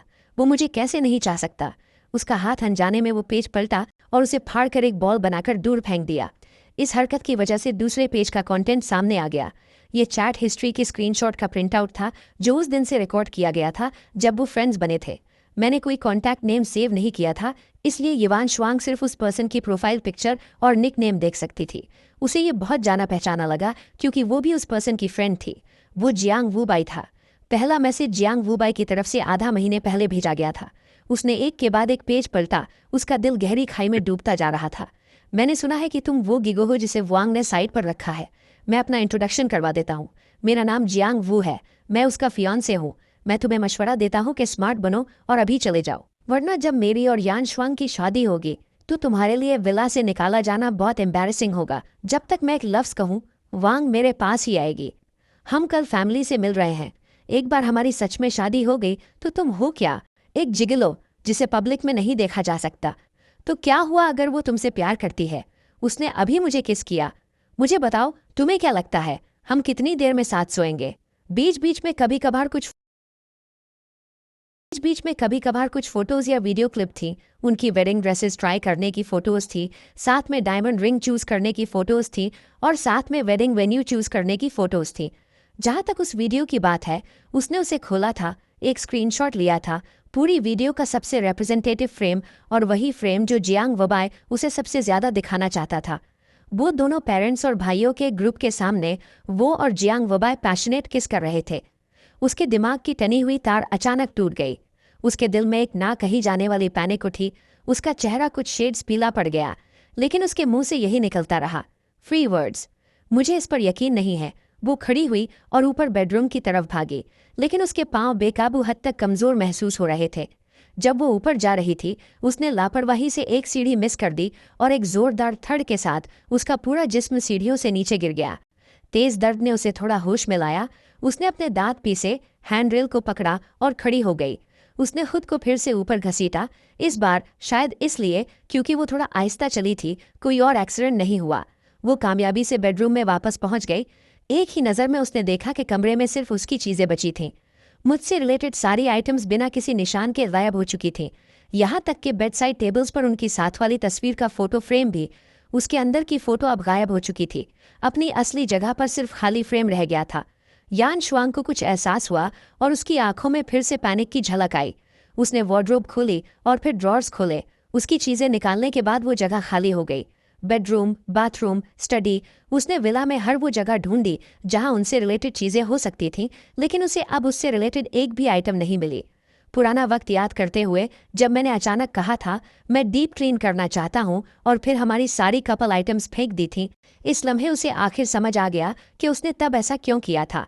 वो सच में इतना हार्टलेस था। उसने उसके लिए एक भी मेमोरी नहीं छोड़ी थी। उसके दिल की बेचैनी सच होने वाली थी, लेकिन उसे अब भी यकीन नहीं आ रहा था। वो 5 साल से डेटिंग कर रहे थे। वो जाहिर तौर पर उससे इतना प्यार करता था। वो इतना क्रूअल कैसे हो सकता था कि उसे ऐसे अबैंडन कर दे? उसे अपनी आंखों पर यकीन नहीं आ रहा था। उसके दिमाग में बस एक ही ख्याल बचा था कि उसे ढूंढे और उससे साफ साफ पूछे। उसे ये भी नहीं पता था कि वो कर क्या रही है। जब उसे होश आया, वो लिविंग रूम में वापस थी और फ़ोन पर पहले ही डायल टोन बज रही थी। वो काफ़ी देर तक बजता रहा और दूसरी तरफ से आखिरकार उठा लिया गया, शायद क्योंकि देर हो चुकी थी। ऐसा लग रहा था जैसे वो अपनी नींद से जगा हो और उसने बिना देखे फ़ोन उठाया कि कौन कॉल कर रहा है। उसकी आवाज़ में अब भी थोड़ी नींद थी। हेलो, कौन है? शिन्ही, मैं हूँ, वो कुछ मुश्किल से बोली, डरती हुई कि कहीं वो हैंगअप ना कर दे, ये सोच करके ये कोई न्यूसेंस कॉल है। तुम कहाँ हो? मैं तुमसे मिलना चाहती हूँ। और हमारी साथ वाली फ़ोटोज़ कहाँ है? जिस पल वो बोली, मेरी कॉन्शियसनेस पूरी तरह जाग गई। मैंने अपना फ़ोन उठाया और जब मैंने स्क्रीन पर साफ तौर पर 2 वर्ड्स देखे, मैंने एक गहरी सांस ली, मिसकैलकुलेटेड। मैं साइलेंट रहते हुए उसका नंबर ब्लॉक करना भूल गया। दूसरी तरफ से यान शुआंग ने मुसलसल कई बार मेरा नाम पुकारा, जिससे मेरे दिल में डिस्गस्ट की एक लहर उठी। मिस यी, आपकी शादी होने वाली है। आपको एक ज़रूरी डिस्टेंस मेंटेन करनी चाहिए। वो फोटोज़, मुझे लगता है कि जब मिस्टर जियांग विला में मूव करेंगे तो वो इन चीज़ों को देखकर खुश नहीं होंगे, इसलिए मैंने वो सब जला दी हैं। जहाँ तक मिलने की बात है, मुझे लगता है ये और भी अननेसेसरी है। आप किसी और से शादी करने वाली है, आप मुझ जैसे एक्स बॉयफ्रेंड से क्यों मिलेंगी? ये सुनकर कि हमारी साथ वाली सारी फोटोज़ जला दी गई हैं, यान शुआंग को ऐसा महसूस हुआ जैसे उसके दिल से खून बह रहा हो। लेकिन जिस चीज़ ने उसे ज़्यादा दुख दिया वो थी सख्त रिजेक्शन। शिंघी, मैं ब्रेकअप से राज़ी नहीं हूँ। मेरे और जियांग वबाई के बीच जो है वो इन तुम क्या सोचते हो? वो शख्स जिससे मैं सच में मोहब्बत करती हूँ सिर्फ तुम हो। तुम मुझे इस तरह कैसे छोड़ सकते हो? उसके जुमले के ख़त्म होने तक मैं उसकी आवाज़ में एक सिसकी सुन सकता था। इसने मुझे एक लम्हे के लिए साइलेंट कर दिया। मैंने उसे मुश्किल से ही कभी रोते देखा था। डेटिंग के 5 सालों में इस बार को छोड़कर मैंने उसे सिर्फ एक बार रोते देखा था।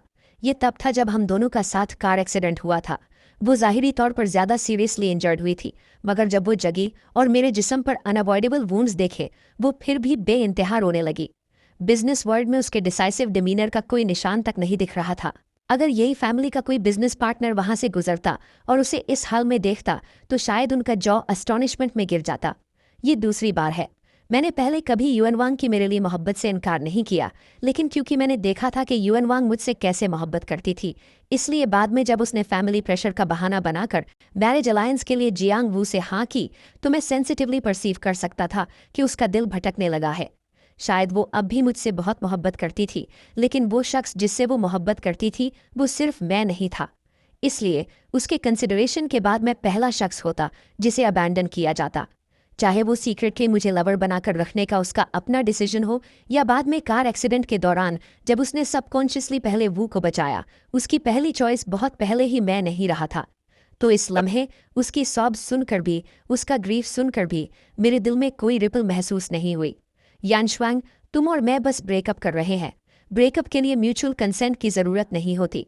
इसके अलावा अगर हम अबैंडनमेंट की बात कर रहे हैं तो क्या तुमने पहले हमारे रिलेशनशिप को नहीं छोड़ा था और अब तुम कह रही हो कि मैं तुम्हें अबैंडन कर रहा हूँ?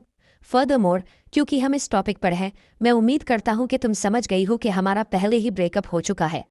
फ्यूचर में मैं उम्मीद करता हूँ कि तुम मेरी लाइफ को मज़ीद डिस्टर्ब नहीं करोगी। मेरे हर एक लफ्ज़ के साथ यानश्वैंक्स का दिल थोड़ा और दुख रहा था। उसके होंठ कांप रहे थे, उसकी आंखें सौरों से भर गई थीं। जिंगही, उसने अभी मेरा नाम पुकारा था। जब फ़ोन से डिस्कनेक्टेड कॉल की बीप बीप की आवाज़ आई, वो फ्रीज हो गई। वो वापस कॉल करने ही वाली थी, मगर पता चला कि अब कॉल नहीं लग सकती, उसे ब्लॉक कर दिया गया था। यानश्वांग ने मुझसे कांटेक्ट करने के दूसरे तरीके आजमाए, मगर पता चला कि उसके भेजे गए सारे मैसेजेस के साथ एक रेड एक्सक्लेमेशन मार्क आ रहा था। वो सोफा पर गिर गई, डेवस्टेटेड। उसकी नज़र फिर से उन डॉक्यूमेंट्स के स्टैक पर पड़ी। उसने पेपर्स के स्टैक को घूरा। सैडनेस और एंगर दोनों एक साथ उमड़ रहे थे। उसने जोर से पेपर्स के स्टैक को टेबल से स्वीप कर दिया। पेज आफ्टर पेज सरसराहट की आवाज़ के साथ हवा में उड़े और आखिर में टेबल, सोफा और फ्लोर पर बिखर गए। जैंग वू आए। ये सब जैंग वू की फॉल्ट है। अगर उसने ये मैटर जिंगही के सामने ना लाया होता तो वो इतनी अचानक और डिसाइसिवली कैसे छोड़कर जा सकता था? आखिरी पेपर का टुकड़ा उसके सामने गिरा, जिस पर जैंग वू का मुझे भेजा गया आखिरी बोस्टफुल सेंटेंस लिखा था। तो क्या हुआ अगर वो तुमसे मोहब्बत करती है? उसने अभी मुझे किस किया है? बताओ, तुम्हें क्या लगता है कि हम कितनी देर में साथ सोएंगे? उन अल्फाज को घूरते हुए उसकी आंखें भरी थी। काफी देर बाद उसने अचानक एक स्नीयर दी।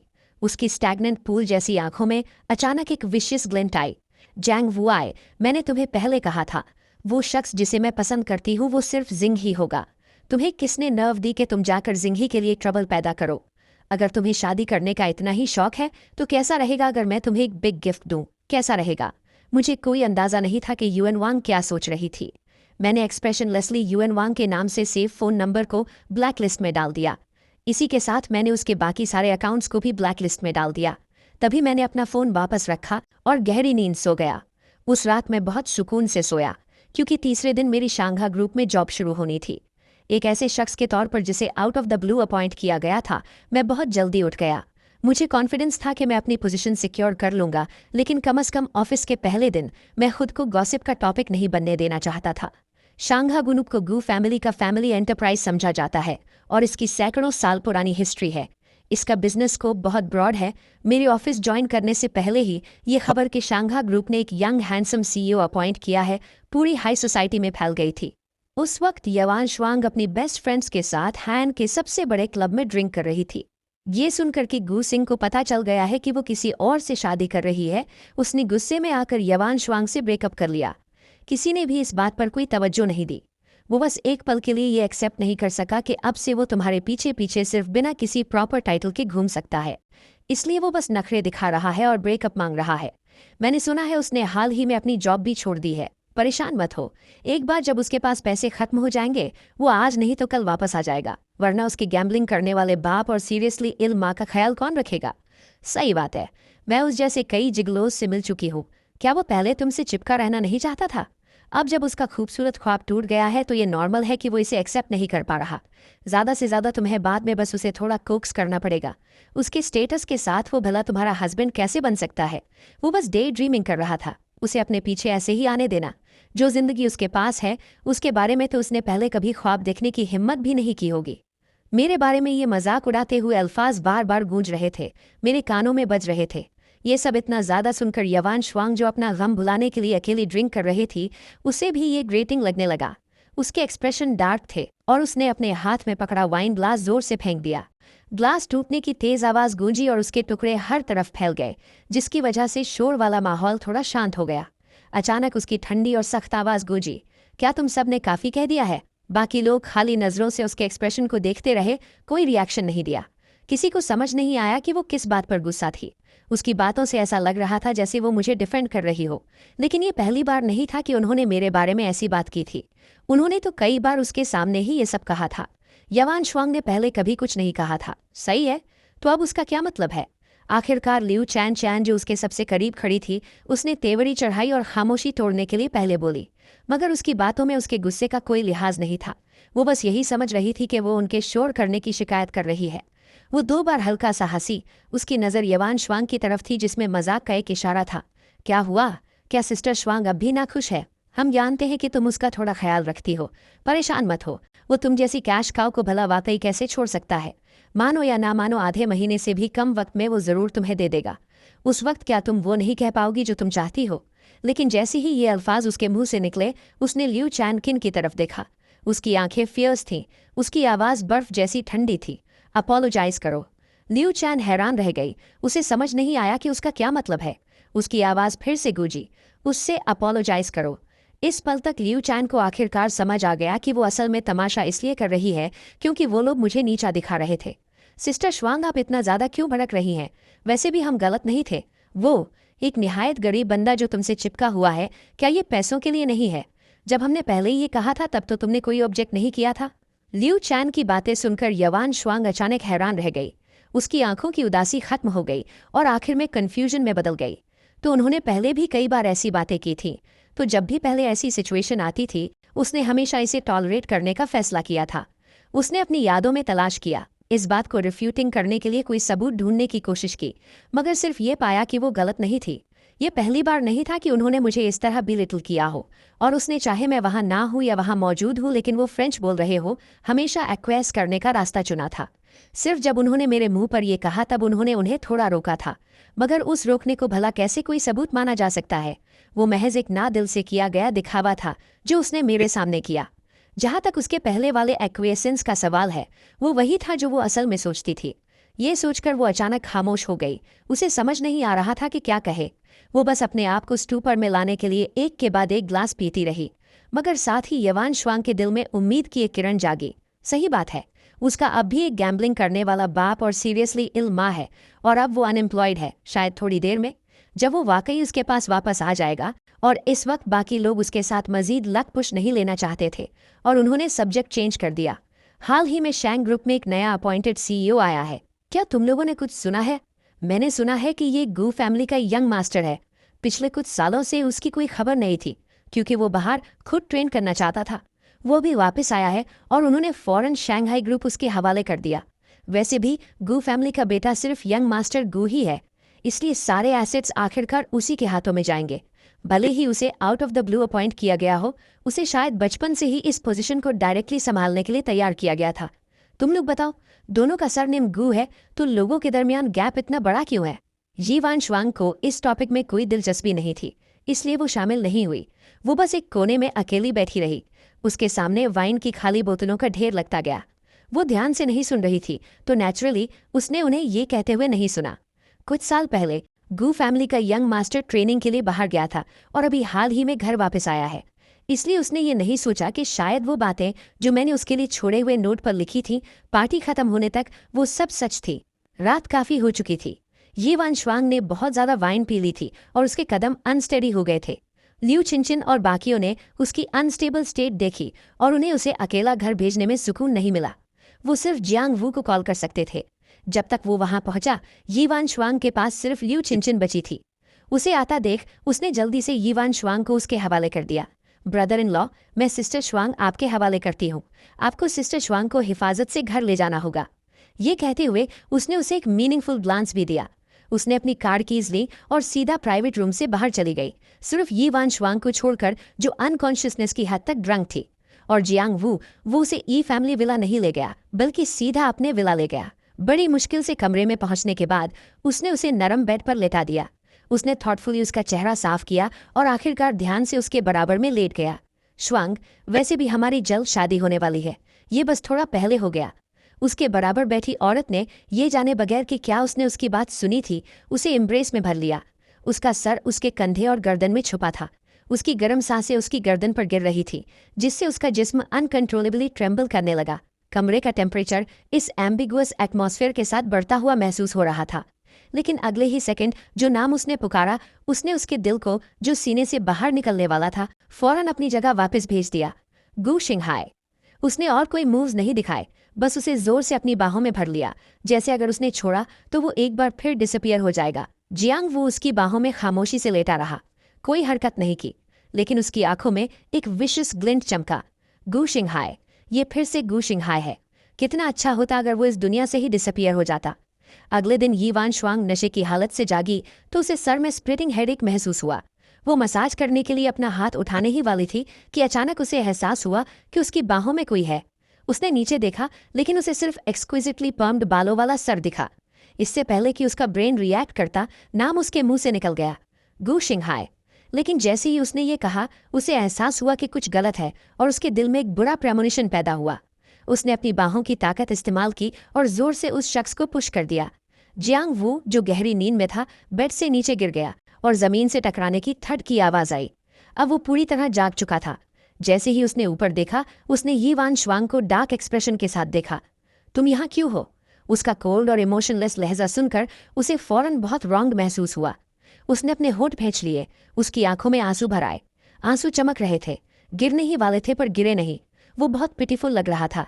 अगर उसके सामने कोई और होता तो शायद उसे इस हालत में देखकर उसका दिल नर्म हो जाता, या अगर ये मुझसे ब्रेकअप करने से पहले वाली यी वान शुआंग होती तो शायद वो उसके साथ इतनी कूल ना होती। मगर तंज की बात यह थी कि अब उसे देखने वाली यी वान शुआंग वो थी जिसने देखा था कि कैसे उसने मुझे प्रोवोक किया था, जिसकी वजह से मेरा उससे ब्रेकअप हुआ।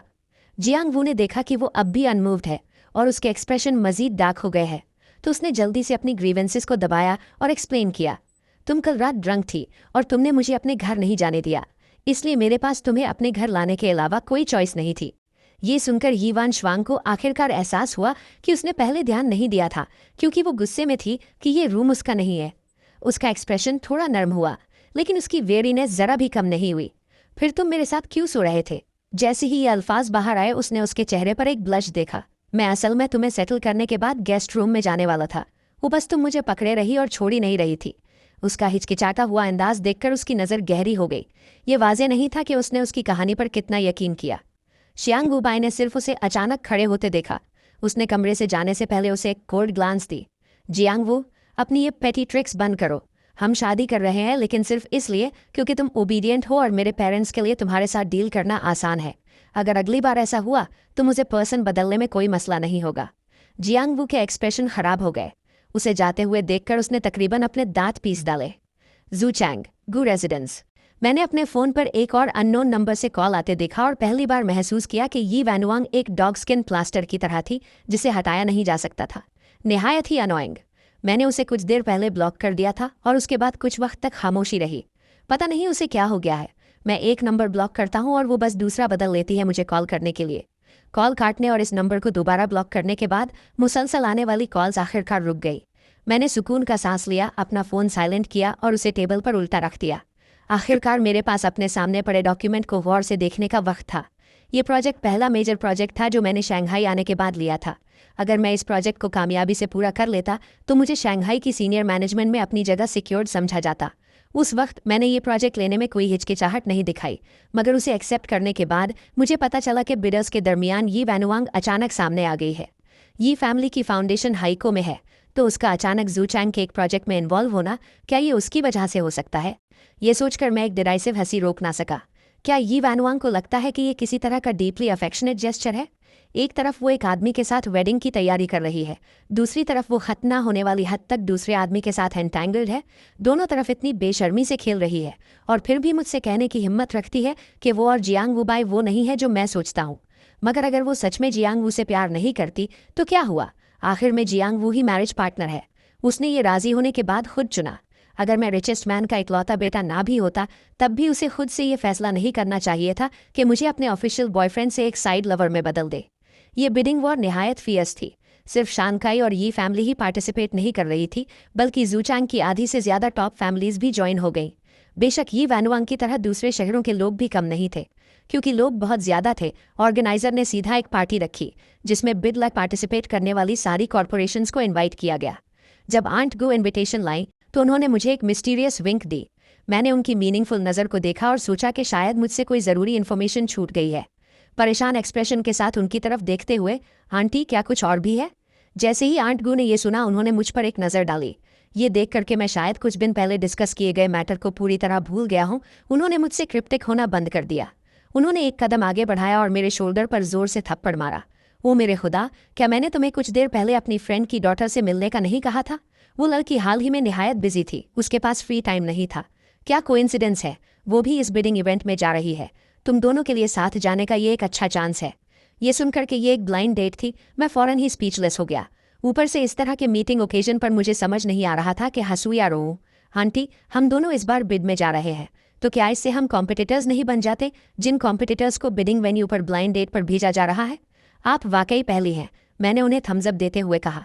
मगर आंट गू ने बिल्कुल परवाह नहीं की। तो क्या हुआ, तुम बिजनेस में राइवल्स हो, मगर असली जिंदगी में ऐसा होना जरूरी नहीं है। इसके अलावा अगर तुम पहले मिल लो तो हनी ट्रैप का इस्तेमाल करना भी अच्छा है। मैंने पहले ही इधर उधर से पूछ लिया है। हालांकि उस लड़की ने कभी किसी रिलेशनशिप में नहीं रही, उसने एक बार एक बॉय को पसंद किया था। मैंने सुना है वो बिल्कुल तुम्हारे जैसा टाइप है। जब मैंने ये सुना तो मैं स्टन रह गया, और फिर मुझे वो पिछली बार याद आया, ये जानने के बाद कि मैं उस शख्स के साथ काफ़ी वक्त से फ्रेंड्स था, क्योंकि मैंने फ्रेंड रिक्वेस्ट वाला स्टेप स्किप कर दिया था। बाद में मैं चैट करना भी भूल गया। जैसे जैसे वक्त गुजरा मैं कुदरती तौर पर इस ब्लाइंड डेट के बारे में भूल गया।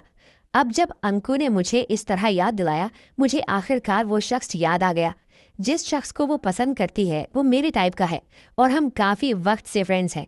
क्या ऐसा हो सकता है कि इस लड़की ने शुरू में मुझे इसी वजह से फ्रेंड बनाया हो? मैंने तेवरी चढ़ाई और मेरा उसके लिए फेवरेबल इंप्रेशन फौरन कुछ पॉइंट्स गिर गया। अब ऐसा लगता है कि वो ऐसी नहीं है जो सच में बॉयफ्रेंड नहीं चाहती, बस कोई ऐसी है जो अपने दिल में बसे शख्स को नहीं छोड़ सकती। अगर मैं इस सिचुएशन में इन्वॉल्व हो जाऊं तो क्या मैं अपनी मर्जी से एक सब्स्टिट्यूट नहीं बन रहा हूँगा? मैंने आंट गू से इस बारे में जिक्र नहीं किया, आखिर उन्हें इस बारे में नहीं पता था। मैंने बस बात टालने के लिए स्माइल किया और इनविटेशन कार्ड ले लिया।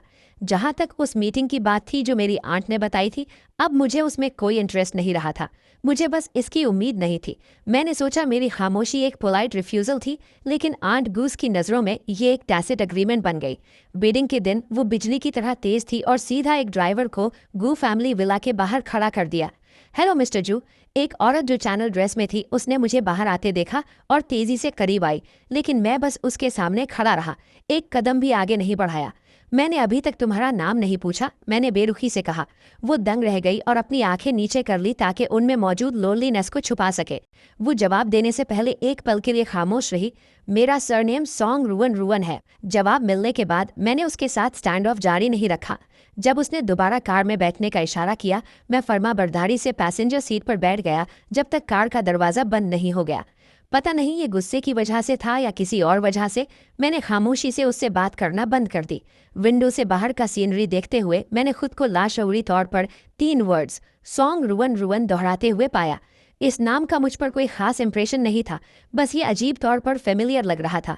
मैंने खामोशी से अपना सर घुमाकर उसे देखा और पाया कि वो बस ड्राइविंग पर फोकस कर रही थी।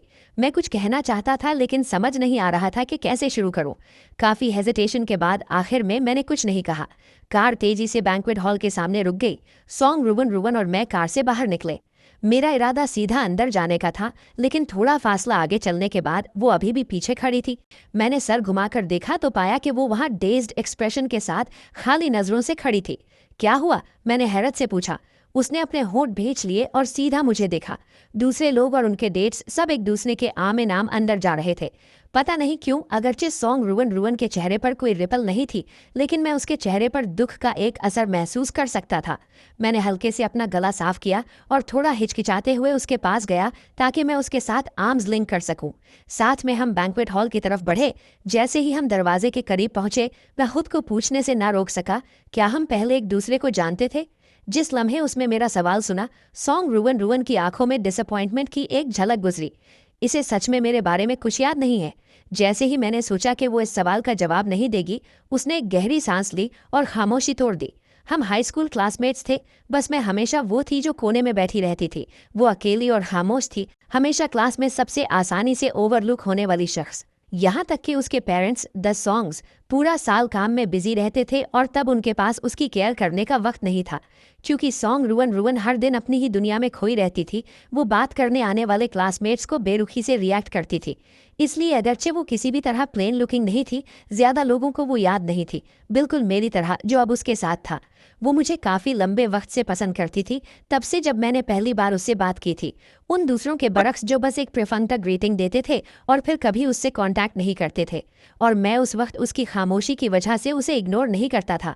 मसला जो भी हो, जो कुछ भी हो रहा हो, मैं संजीदगी से सब क्लासमेट्स के ओपिनियंस पूछता था, उसे समेत। मैं वो शख्स बन गया जो उसकी ज़िंदगी में आया, वो जो उससे सबसे ज़्यादा बात करता था, वो उसकी ज़िंदगी की अकेली लाइट भी बन गया। लेकिन बाद में उसने बेशुमार बार अपनी शर्म और खामोशी से नफरत की, जिसने उसे सिर्फ इतनी हिम्मत दी कि ग्रेजुएशन में ईयर बुक में मौजूद अकेली इन्फॉर्मेशन का इस्तेमाल करके मुझे फ्रेंड बनाए।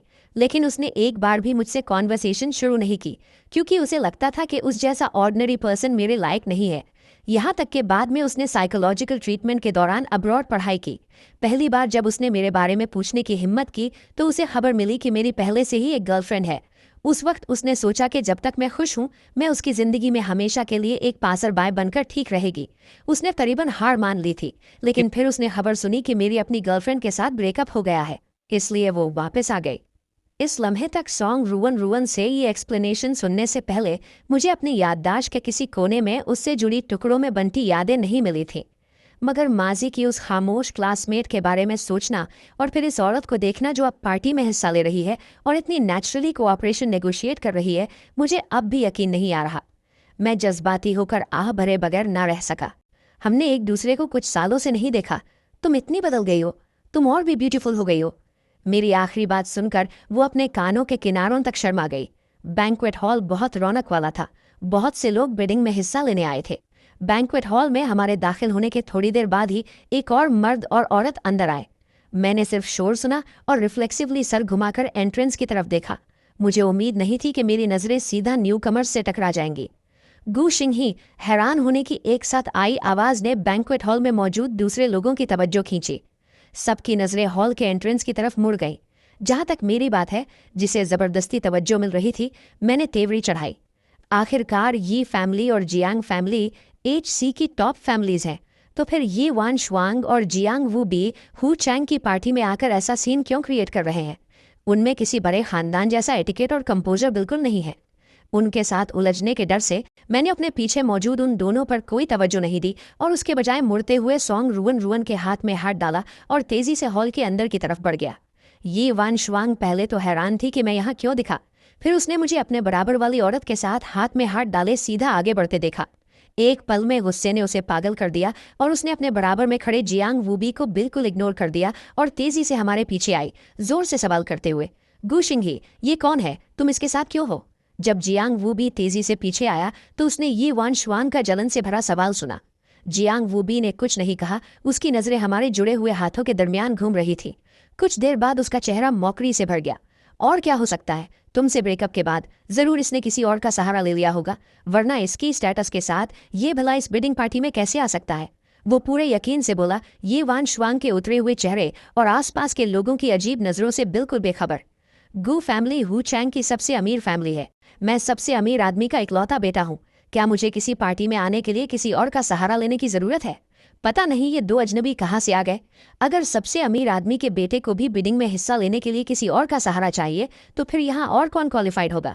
लेकिन क्योंकि एक अच्छा शो देखने को मिल रहा था, इसलिए भीड़ में किसी ने उन्हें याद दिलाने की जहमत नहीं की। मैंने अभी तेवरी चढ़ाई ही थी कि मेरे बराबर मौजूद सॉन्ग रुवन रुवन का चेहरा ठंडा पड़ गया और उसने हाथ बढ़ाकर ये वान शुआंग की रिस्ट पकड़ ली। अगले ही सेकंड ये वान शुआंग को अपनी रिस्ट पर एक शदीद जोर महसूस हुआ। शायद सॉन्ग रुवन रुवन के अचानक इस मूव की उम्मीद नहीं थी। वो कॉट ऑफ गार्ड हो गई और दर्द से तकरीबन चिल्ला उठी। ये देखते हुए कि वो अब भी मेरा हाथ छोड़ने से इनकार कर रही थी, सॉन्ग रुवन रुवन की इमोशनलेस आवाज़ गूंजी, लेट गो। उस ठंडी आवाज़ ने ये वान शुआंग को थरथरा दिया। उसने अपने सामने मौजूद आदमी की तरफ देखा और उसके एक्सप्रेशन और भी खराब हो गए। इस लम्हे उसकी एम्बैरेसमेंट देखकर जियांग वूबी को थोड़ा दुख महसूस हुआ। उसने फौरन सॉन्ग रुवन रुवन की नाक की तरफ इशारा किया और उसे डांटा, क्या तुम जानती हो हम कौन है? तुम्हारी हिम्मत कैसे हुई हमारे साथ ऐसा सुलूक करने की? यकीन करो या ना करो, मैं ये यकीनी बनाऊंगा कि तुम्हारा गुजारा आसान ना हो। हालांकि ये वान शुआंग ने कुछ नहीं कहा, मगर उसकी आंखों में मलिशियस चमक देखकर और इस बात से कि उसने एक बार भी जियांग वूबी की बकवास नहीं रोकी, मैं जान गया था कि उसके ख्यालात बिल्कुल जियांग वूबी जैसे ही थे। इस मौके पर मैं स्नियर करते हुए पहले सॉन्ग रुवन रुवन का हाथ थपथपाया और उसे छोड़ने का इशारा किया। अगरचे सॉन्ग रुवन रुवन थोड़ी रिलक्टेंट थी, मगर मुझे सर हिलाते देखकर उसने फर्माबरदारी से छोड़ दिया। हमारा रिएक्शन देखकर यी वान शुआंग के एक्सप्रेशन फाइनली थोड़े बेहतर हुए, यहाँ तक कि जियांग वूबी को लगा कि हम डर गए हैं और हार मान ली है। उसने एक दिखावटी लुक अपनाया और बोलने ही वाला था कि अगले ही सेकंड मैंने अपना पहना हुआ ब्रोच उतारा और बिना हेजिटेशन के उसके हाथ में चुभो दिया। यी वान शुआंग को अब भी यकीन था कि मैं सच में ऐसा करने की हिम्मत नहीं करूंगा। आखिर मैं उससे इतनी मोहब्बत जो करता था, मैं उसे चोट पहुंचाना कैसे बर्दाश्त कर सकता था? ये जरूर उसे डराने के लिए सिर्फ एक ड्रामा होगा। एग्जिंग ही, मुझे पता है। लेकिन उसने अभी बोलना शुरू ही किया था जब ब्रूच उसके हाथ की पुष्ट पर जोर से चुभा, तो उस अचानक होने वाले तेज दर्द ने उसके हाथ की सारी ताकत खत्म कर दी और उसने मुझ पर अपनी पकड़ छोड़ दी। मैंने मौका पाकर पीछे कदम हटाया, जैंग वू के आते हुए पंच से बचा और फिर थप्पड़ की गूंज सुनाई दी, क्योंकि एक थप्पड़ सीधा उसके चेहरे पर, जैंग वू के चेहरे पर लगा। हाथ का एक साफ निशान फौरन उभर आया। उसे अपनी आंखों पर यकीन नहीं आया। उसने कभी सोचा भी नहीं था कि मैं उसे मारने की हिम्मत करूंगा। You Singh he you. उसके शदीद गुस्से के मुकाबले में मेरे एक्सप्रेशन बहुत पुरसुकून थे, जैसे मैंने अभी जैंग वू को थप्पड़ ना मारा हो, बल्कि सिर्फ उन्हें सलाम किया हो। मैंने सॉन्ग रुइन रुआन को एक टिश्यू दिया, फिर इत्मीनान से एक और लिया और अपनी कलाई साफ की। जिस तरह से मैंने उसे देखा वो हिकारत भरा और कुछ हद तक मजाकिया भी था। क्या उसे कोई अहम शख्स होना चाहिए? मेरे लबों पर मौजूद मुस्कुराहट ने यी वान शुआंग की आंखें गुस्से से लाल कर दी, लेकिन उसका सारा गुस्सा मेरे अगले अल्फाज की वजह से आहिस्ता आहिस्ता ठंडा पड़ गया। दो बेवकूफ़ जो ये जाने बगैर ऑक्शन में आ गए कि उनका राइवल कौन है। बिडिंग राइवल यी वान शुआंग और जैंग वुए बी ने उन डॉक्यूमेंट्स को याद किया जो उन्हें मिले थे, अपने सामने खड़े शख्स को गौर से देखा और आखिरकार सॉन्ग रुइन रुआन का ताल्लुक उन डॉक्यूमेंट्स वाली लड़की से जोड़ लिया, सॉन्ग फैमिली की दूसरी बेटी, वो क्लैन जो सिर्फ अमीर तरीन गुई चेंग के बाद आता है। अगरचे यी और जैंग फैमिलीज हाई चेन में टॉप टियर हैं, वो गू और सॉन्ग फैमिलीज के सामने कुछ भी नहीं है। इस लम्हे शुरू में कहे गए दो अल्फाज लेट गो के अलावा सॉन्ग रुइन रुआन जो अब तक खामोश थी, आखिरकार फिर से बोली, ये पूछने के बजाय कि क्या तुम जानती हो कि तुम कौन हो, तुम्हें अपने बराबर वाले शख्स से पूछना चाहिए कि हम कौन हैं। उन दो अल्फाज ने फौरन यी वान शुआंग और जैंग वुए को हैरान कर दिया। तो उसका मतलब ये था कि सिर्फ वो नहीं, बल्कि मैं भी बिडिंग में हिस्सा लेने आया था। दूसरे बिडिंग पार्टिसिपेंट्स यकीनन मैं नहीं था, तो जो अकेला बचा था वो सिर्फ गू फैमिली का यंग मास्टर ही हो सकता था, हु चैंग के सबसे अमीर आदमी का अकेला बेटा। ये महसूस करते ही यी वान शुआंग और जैंग वू के चेहरे अचानक जर्द पड़ गए। इधर उधर देखा तो उनके गिर्द मौजूद हुजूम के चेहरों पर एक अच्छा तमाशा देखने के एक्सप्रेशंस थे। इस वक्त वो दोनों ये कैसे नहीं समझ सकते थे कि वो खुद वो क्लाउन्स हैं जिन्हें देखा जा रहा है। यी वान शुआंग का चेहरा पहले पीला और फिर लाल हो गया और अब उसका ऑक्शन में हिस्सा लेने का कोई इरादा नहीं था। वो जिल्लत के साथ जल्दी से बैंक्वेट हॉल से निकल गई। उसे जाते देखकर जैंग वू ने मुझे नफरत भरी नज़र से देखा और वो भी उसके पीछे भागा। मैंने उसकी नफरत भरी नज़र देखी, लेकिन मैंने उस पर कोई तवज्जो नहीं दी। आखिर ये पहली बार नहीं था कि जैंग वुए बाई ने मुझसे नफरत की हो।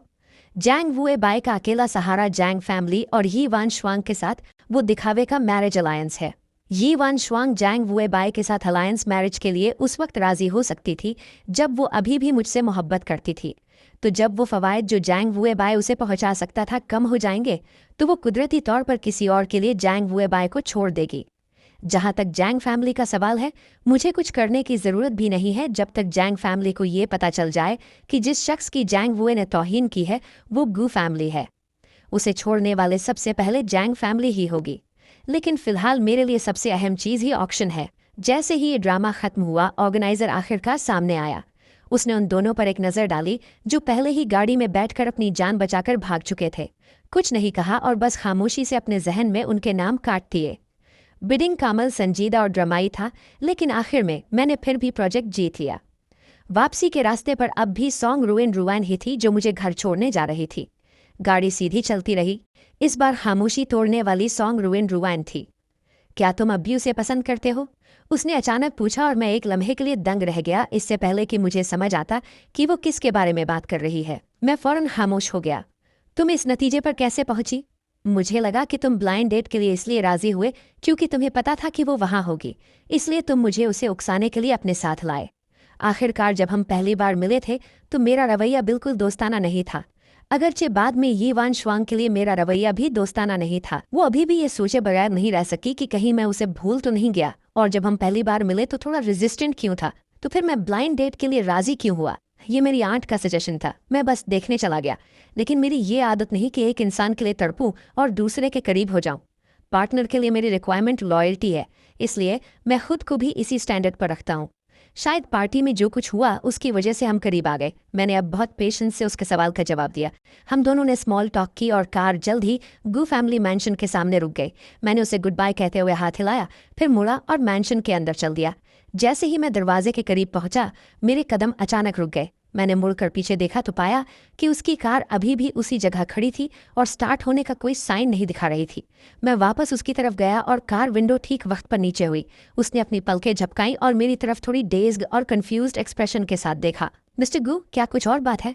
हम क्लासमेट्स हैं, इतना फॉर्मल होने की ज़रूरत नहीं है। अब से तुम मुझे बस एग्जिंग ही बुला सकती हो। उसके बात करने के अंदाज में हेजिटेशन महसूस करते हुए मैं मुस्कुराया। लेकिन मैं ब्लाइंड डेट के लिए सिर्फ अपनी आंट की वजह से राजी हुआ था। मेरा असल में किसी नए रिलेशनशिप को शुरू करने का कोई इरादा नहीं था। तो अभी के लिए हम बस एक दूसरे को फ्रेंड्स की तरह ट्रीट करते हैं। ये कहने के बाद मैंने उसे फिर से हाथ हिलाया और सच में एक नॉर्मल फ्रेंड की तरह ग्रीट किया। Drive home safely. Mansion gate के पीछे मेरा साया आहिस्ता आहिस्ता गायब होते देखकर उसके चेहरे पर एक हल्की सी मुस्कुराहट आ गई। सॉन्ग रुआन रुआन ने इतने सालों तक इंतजार किया है, उसे यकीनन थोड़ा और इंतजार करने में कोई मसला नहीं है। जैसा कि मैंने कहा, अभी के लिए हम सिर्फ फ्रेंड्स हैं। इसके अलावा स्ट्रेंजर्स से फ्रेंड्स बनकर वो उस रात बहुत कंटेंट थी। हाई चेंग में उन दो लोगों के बरक्स जो सारी रात करवटें बदलते रहे, सॉन्ग रुआन रुआन और मैं दोनों बहुत सुकून से सोए। अगली सुबह तक मेरी आंख नहीं खुली जब तक मेरे फ़ोन की कंटिन्यूस रिंगिंग ने मुझे जगा नहीं दिया। मैंने ग्रॉगी आंखें खोली तो देखा कि मेरा सोशल मीडिया अकाउंट लोगों की फ्लडिंग से क्रैश हो चुका था। नोटिफिकेशन की आवाज़ें आती जा रही थी और एक सरसरी नज़र डालने पर पता चला कि वो सब मलीशियस इंसल्ट्स थी। तभी हाईचेंग के एक नंबर से कॉल आई। मैंने कॉल उठाई और पता चला कि वो एक फ्रेंड था जिसे मैं हाईचेंग में कई सालों से जानता था। एग्जिंग, क्या तुमने ऑनलाइन टॉक देखी है? ये नेटिजन्स इतने फिकल हैं कि जो भी कोई कहे उस पर यकीन कर लेते हैं। वो तो यहाँ तक र्यूमर्स फैला रहे हैं कि रिचेस्ट मैन का बेटा किसी और का थर्ड व्हील है। तुम्हें जल्द ही इसे क्लैरिफाई करना चाहिए ताकि जिन लोगों ने तुम्हें स्लैंडर किया है उन्हें उनकी डिजर्व की हुई पनिशमेंट मिल सके। जैंग जुन ने सांस लेने तक का वक्त नहीं लिया और अल्फाज की बौछार कर दी। उसकी रैपिड ब्रीदिंग साफ बता रही थी कि वो कितना गुस्से में था। उसके एक्सप्लेनेशन सुनकर मुझे आखिरकार सारी स्टोरी समझ आ गई। पता चला कि कल जैंग वुबाई के हाईचेंग वापस लौटने के बाद भी वो गुस्सा नहीं भूल पाया था, और इस बात का फायदा उठाते हुए कि उसकी युवान श्वांग से एंगेजमेंट हो चुकी थी, उसने सच को ट्विस्ट किया और क्लेम किया कि मैंने उसके और युवान श्वांग के रिलेशनशिप में इंटरफेयर किया था। उसने यहाँ तक कि एविडेंस रिलीज किए कि उनकी एंगेजमेंट के बाद भी युवान श्वांग मेरे साथ रह रही थी। पहले तो नेटिजन्स को यकीन नहीं आया कि रिचेस्ट मैन का बेटा किसी और के रिलेशनशिप में इंटरफेयर करेगा, लेकिन जैंग वू ने एविडेंस रिलीज किए और यहाँ तक कि युवान श्वांग के क्लोज फ्रेंड्स के ग्रुप ने भी टेस्टिफाई किया कि मैं ही था जिसने इंटरफेयर किया था। इसलिए जिन नेटिजन्स को रात के बीच में इस बिग गॉसिप का पता चला उन्होंने इसे सच मान लिया। वो सीधा मेरे सोशल मीडिया अकाउंट पर गए और फ्रैंटिक अटैक शुरू कर दिया। तुम्हारा खानदान इतना रिच है, क्या तुम्हें किसी ने मॉरल्स नहीं सिखाए कि दूसरों की फैमिलीज में इंटरफेयर नहीं करते? और तुम रिचेस्ट मैन के बेटे हो। ऐसा कुछ करना वाकई मॉरली करप्ट और शेमलेस है। इन इंसल्ट्स के दरमियान कुछ लोग ऐसे भी थे जो फिशिंग इन ट्रबल्ड वाटर्स कर रहे थे। उन्होंने मेरा अकाउंट ढूंढा और फिल्दी लैंग्वेज इस्तेमाल की। अल्फाज बहुत क्रूड और वल्गर थे, सच में अनबेरेबल थे। बेशक कुछ रैशनल नेटिजन्स भी थे जिनका कहना था कि पहले मेरे रिस्पांस का इंतजार करना चाहिए। कम से कम आप सिर्फ एक साइड की स्टोरी पर यकीन नहीं कर सकते। बस मसला ये था कि उन कमेंट्स के नीचे भी ज्यादातर रिप्लाईज वैसी ही इंसल्ट्स थी। मैं हैंडल कर लूंगा। क्या तुम भूल गए कि मैं रिचेस्ट मैन का अकेला बेटा हूँ? कंपनी का लीगल डिपार्टमेंट सिर्फ दिखावे के लिए नहीं है। उसने झूठी बातें बनाने की हिम्मत की है तो उसे फाइनल कॉन्सिक्वेंसेस फेस करने के लिए तैयार रहना चाहिए। मेरा कॉन्फिडेंट टोन सुनकर जियांग जुन ने आखिरकार सुकून का सांस लिया। उसने कॉल काटने से पहले मुझे थोड़ा और तसल्ली दी। कॉल काटने के बाद मैं वापस ऑनलाइन गया देखने के लिए कि सिचुएशन कहाँ तक डेवलप हुई है। जब मैंने वो बदनीयत रुसवाइयाँ देखी तो ये कहना झूठ होगा कि मुझे बिल्कुल गुस्सा नहीं आया। बस बात यह थी कि मुझे सही से समझ नहीं आ रहा था। वो मुझे नीचा दिखाया करते थे क्योंकि उन्हें लगता था कि मेरा गरीब फैमिली बैकग्राउंड ये वान श्वांग के लायक नहीं था। अब जब नेटिजन्स को भी मेरी आइडेंटिटी पता चल गई है कि मैं सबसे अमीर आदमी का बेटा हूँ, तो उनकी ये हिम्मत कैसे हुई कि वो जियांग वू के साथ मिलकर मुझ पर तोहमत लगाए। मेरे चेहरे पर सर्दी थी जब मैं ऑनलाइन कमेंट्स के स्क्रीनशॉट्स ले रहा था। तभी फ़ोन दोबारा बजा। वो एक अननोन नंबर था। थोड़ी देर हिचकिचाहट के बाद मैंने फ़ोन उठा लिया। जिंगहे, क्या तुम अब ठीक हो? ऑनलाइन बातों पर ध्यान मत देना। मुझे मालूम है तुमने वो सब नहीं किया और इस वजह से गुस्सा मत होना। मेरा यकीन है कि फादर और मदर गू ने पहले ही इसे हैंडल कर लिया है। अगर तुम्हें किसी भी चीज़ में मेरी मदद चाहिए तो बस मुझसे पूछ लेना। सॉन्ग रुआन रुआन की आवाज़ में नरमी और फिक्र सुनकर मैंने अपने दिल में दबी हुई फ्रस्ट्रेशन को ख़त्म होते महसूस किया। मैं हल्का सा हंस पड़ा और फिर कहा, ठीक है, मैं इतना कमज़ोर नहीं हूँ, ये सिर्फ एक अफवाह है, मैं इसे खुद हैंडल कर सकता हूँ। ये देख कर के मैं अब भी अच्छे मूड में था। सॉन्ग रुआन रुआन का परेशान दिल आखिरकार सुकून में आ गया। वो फ़ोन रखना नहीं चाहती थी, लेकिन उसे समझ नहीं आ रहा था कि इस वक्त वो मज़ीद क्या कह सकती है। लाइन के दोनों तरफ एक लंबी खामोशी छा गई। फ़ोन स्क्रीन के जरिए उस तवील खामोशी में ऐसा लग रहा था कि हम एक दूसरे की हल्की सांसें भी सुन सकते हैं। आखिर में मैंने ही इस खामोशी को तोड़ने की पहल की। सॉन्ग रुआन रुआन, शुक्रिया। हालांकि मुझे उन बेबुनियाद अफवाहों से कोई फ़र्क नहीं पड़ेगा। तुम्हारी फ़िक्र के लिए शुक्रिया। मैंने खामोशी से आखिरी जुमला अपने दिल में कहा और फिर जल्दी से फ़ोन रख दिया। दूसरी तरफ सॉन्ग रुआन रुआन ने डिस्कनेक्ट हुआ फ़ोन पकड़ा हुआ था, बस ये महसूस करते हुए कि वक्त कितनी जल्दी गुजर गया। काश के वक्त हमेशा के लिए उसी लम्हे पर रुक जाता। बिल्कुल इसी तरह लाइन के दोनों सिरों पर दो लोग एक पुरसुकून दुनिया में खामोशी से एक दूसरे की सांसें सुन रहे थे। उसके लिए इतना ही काफ़ी था। जब फादर और मदर गू ने पहली बार सुना कि मुझे साइबर बुली किया जा रहा है, तो उन्हें इतना गुस्सा आया कि वो ज़ोर ज़ोर से कोसने लगे। वो तकरीबन खुद यी वान श्वांग और जियांग वू और उनके बदमाश दोस्तों के गैंग को ढूंढने निकल गए थे लड़ाई शुरू करने के लिए। एक हरामी और एक, उन्हें वाकई अपनी लिमिट्स का नहीं पता। मेरे बेटे पर तोहमत लगाने की हिम्मत, सच में एक नया पैदा हुआ बछड़ा शेर से नहीं डरता। हमारी गू फैमिली को उकसाने की हिम्मत। मदर गू ने फादर गू की बातें सुनकर सीधा अपनी आंखें घुमाई। कैसा नया पैदा हुआ बछड़ा? मेरी नज़र में वो बस एक जोड़ा है। मुझे फादर और मदर गू का गुस्सा ठंडा करने में बहुत मुश्किल हुई। उन्हें ऐसे देखकर मुझे समझ नहीं आ रहा था कि हंसूं या रोऊं। ठीक है मॉम, डैड, फिक्र ना करें, मैं उन्हें बिना वजह खुद पर हावी नहीं होने दूंगा। उन्होंने बातें बनाने की हिम्मत की है तो उन्हें कीमत चुकाने के लिए तैयार रहना चाहिए। Jiang family residence, Hai Changing. Yi Wan श्वांग का चेहरा उदास था जब उसने बुरी तरह रोते हुए जियांग वू को देखा। उसकी आंखों में सिर्फ नफरत बची थी। क्या मैंने तुमसे नहीं कहा था कि बेहतर होगा तुम अपनी इन छोटी चालाकियों से बाज आ जाओ? मैंने पहले सोचा था कि तुम अभी भी कुछ काम के हो और तुम्हें अपने पास रखने का प्लान किया था। तुम वाकई बहुत निगर हो। ली यू चान और दूसरों से सीधा राब्ता करना, जिंग हे पर तोहमत लगाने के लिए। लगता है मैं तुम्हारे साथ ज़्यादा ही नरम रही हूँ। उसने उसका चिन दबाया और उसे ऊपर देखने पर मजबूर किया। वो अपना सर हिलाता रहा लेकिन उसे उस पर तरस नहीं आया। यी वान श्वांग, वो साफ तौर पर सबसे अमीर आदमी का बेटा है, फिर भी उसने 5 साल तक तुमसे ये छुपाया, ये दावा करते हुए कि उसकी फैमिली गरीब थी। अब हमने उसे नाराज़ कर दिया है। क्या तुम्हें वाकई लगता है कि उसके दिल में अब भी तुम्हारे लिए जज्बात है? इससे पहले कि वो बाद में बदला ले, क्यों ना हम मिलकर गू फैमिली को पूरी तरह नीचा दिखा दें? उसकी बातें सुनकर यी वान श्वांग के हाथ की पकड़ आखिरकार थोड़ी ढीली हुई। सही बात है, वो साफ तौर पर सबसे अमीर आदमी का बेटा है, फिर भी उसने 5 साल तक उससे ये छुपाया। अगर उसे पहले पता होता कि वो सबसे अमीर आदमी का बेटा है तो उसे किसी और के साथ मैरिज अलायंस करने की ज़रूरत नहीं पड़ती। उसने उसकी बनाई हुई झूठी आइडेंटिटी को कभी कमतर नहीं समझा था और यहाँ तक कि उसे अपने साथ रखने के लिए भी तैयार थी। लेकिन उसका क्या? उसने इस मौके का फ़ायदा उठाया उसे पूरी तरह छोड़ने के लिए, और यहाँ तक कि उसे इतना बड़ा नुकसान पहुँचाया।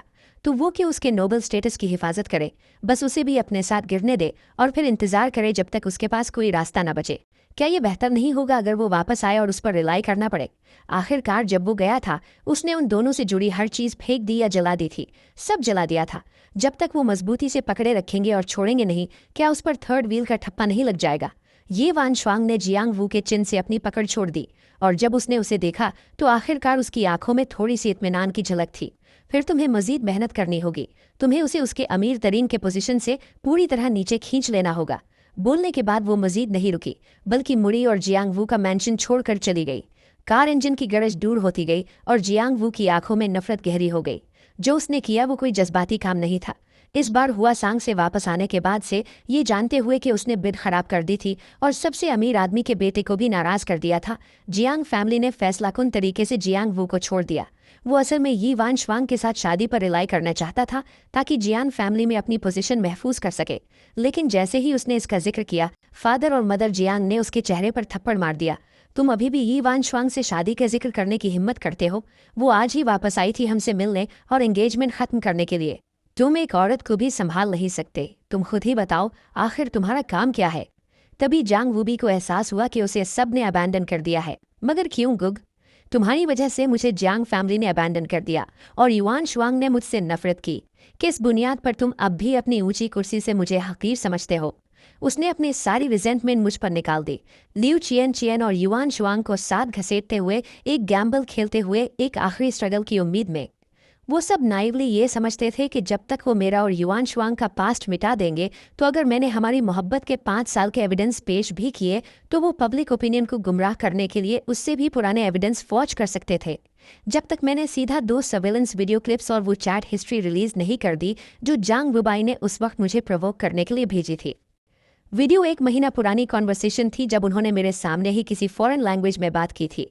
अगरचे कैमरा में लोगों की आवाज़ें थोड़ी डिस्टॉर्टेड थी, मगर उनकी बातों का मतलब फिर भी बिल्कुल क्लियरली कन्वे हो रहा था।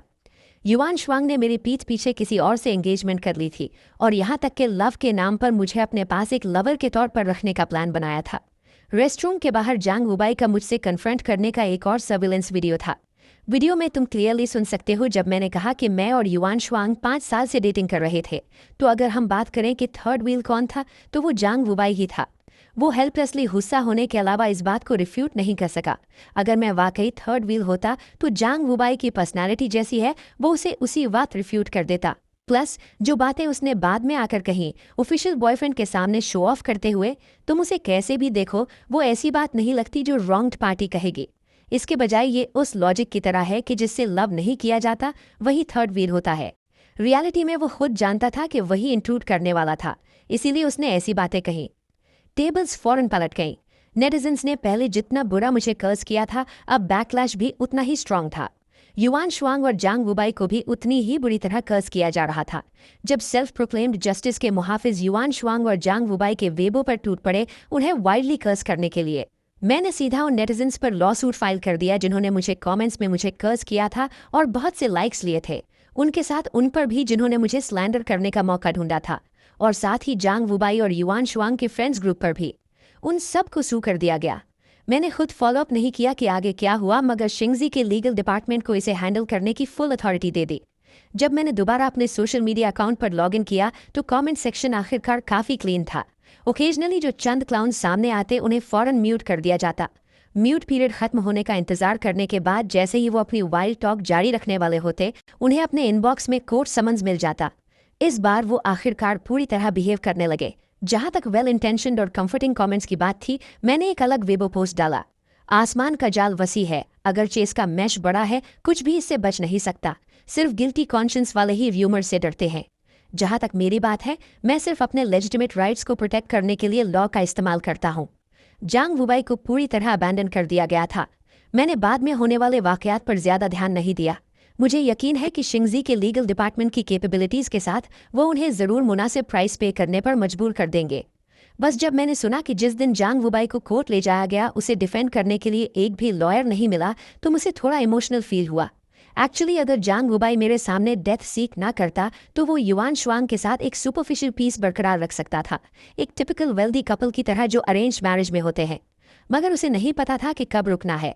जब मैं अभी युआन शुआंग के साथ था, वो मुझे ड्राइव अवे करना चाहता था।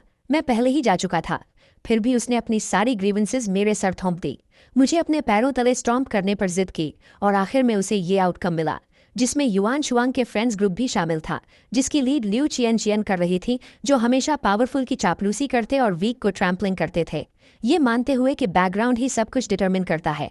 बाद में जब उन्हें एहसास हुआ कि उनके साथ रिकन्सिलिएशन की कोई गुंजाइश नहीं है, तो उन्होंने जांग वुबाई के साथ कोल्यूडिंग का रास्ता अपनाया और आखिर में सबको एक साथ सू कर दिया गया।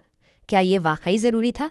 इसके कॉन्ट्रास्ट में इस फार्स का सेंट्रल कैरेक्टर युआन शुआंग, क्योंकि उसने कभी कोई स्टेटमेंट पोस्ट नहीं किया था और सिर्फ साइलेंट रही थी, एक्चुअली वो खुद को इस मामले से डिस्टेंस करने में कामयाब रही। जिस दिन ये मामला सेटल डाउन हुआ, लीगल डिपार्टमेंट का एक रिप्रेजेंटेटिव मुझसे मिलने आया ताकि मुझे रिजल्ट्स रिपोर्ट कर सके। क्योंकि सर्कमस्टांसेस सीरियस थे, वो ग्रुप अब भी कोर्ट में शाउट कर रहा था कि वो रॉन्ग नहीं है। अपनी फॉल्ट एडमिट करने का उनका एटीट्यूड टेरेबल था।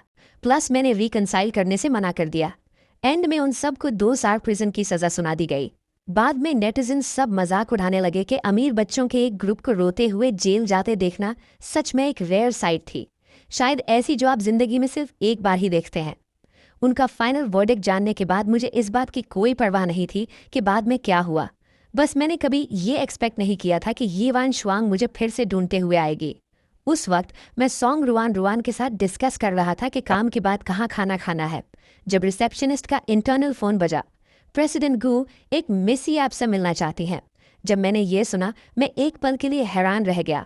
मैंने अपने बराबर में बैठी सॉन्ग रुआन रुआन को देखा, जिसने सिर्फ एक महीने में वाई ग्रुप को इतना सप्रेस कर दिया था कि वो अपनी पुरानी पहचान का सिर्फ एक साया रह गया था।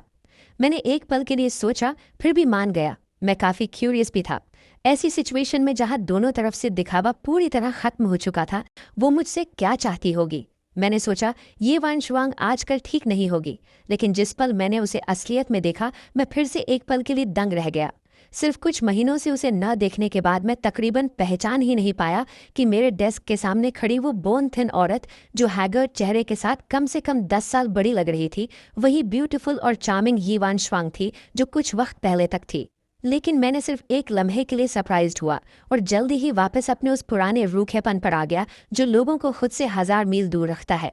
जहाँ तक यी वान शुआन की बात है, उसने मेरे साथ बैठी सॉन्ग रुआन रुआन को देखा।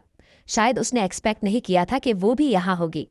उसकी सांसें अनजाने में एक पल के लिए क्योटिक हो गई, लेकिन वो ये भी जानती थी कि अब मेरे सामने बोलने का उसे कोई हक नहीं है। उसका चेहरा दुख से भरा हुआ था, मेरी थोड़ी सी हमदर्दी की भीख मांगते हुए। शिंघे, मैं जानती हूँ मैंने तुम्हारे साथ गलत किया, लेकिन मैंने कभी तुम्हें सच में डिसीव नहीं किया। शुरू से लेकर आखिर तक मैंने सिर्फ तुमसे प्यार किया है। प्लीज़ हमारे पुराने फीलिंग्स की खातिर वाई ग्रुप को बख्श दो। उसका पोस्चर बहुत हम्बल था, उस एरोगेंस से बिल्कुल अलग जो हमारी डेटिंग के वक्त वो सप्रेस करने की कोशिश करती थी, मगर फिर भी हर एस्पेक्ट में नजर आ जाता था। लेकिन मैंने अपने हाथ फैलाए, सर हिलाया और फिर अपने बराबर में सॉन्ग रुआन रुआन की तरफ इशारा किया। वाई ग्रुप को सप्रेस करने वाली मैं नहीं हूँ, तुम उससे क्यों नहीं भीख मांगती? मैं हंसा। मेरे चेहरे पर अब भी मुस्कुराहट थी, लेकिन वो मुस्कुराहट मेरी आंखों तक नहीं पहुंची।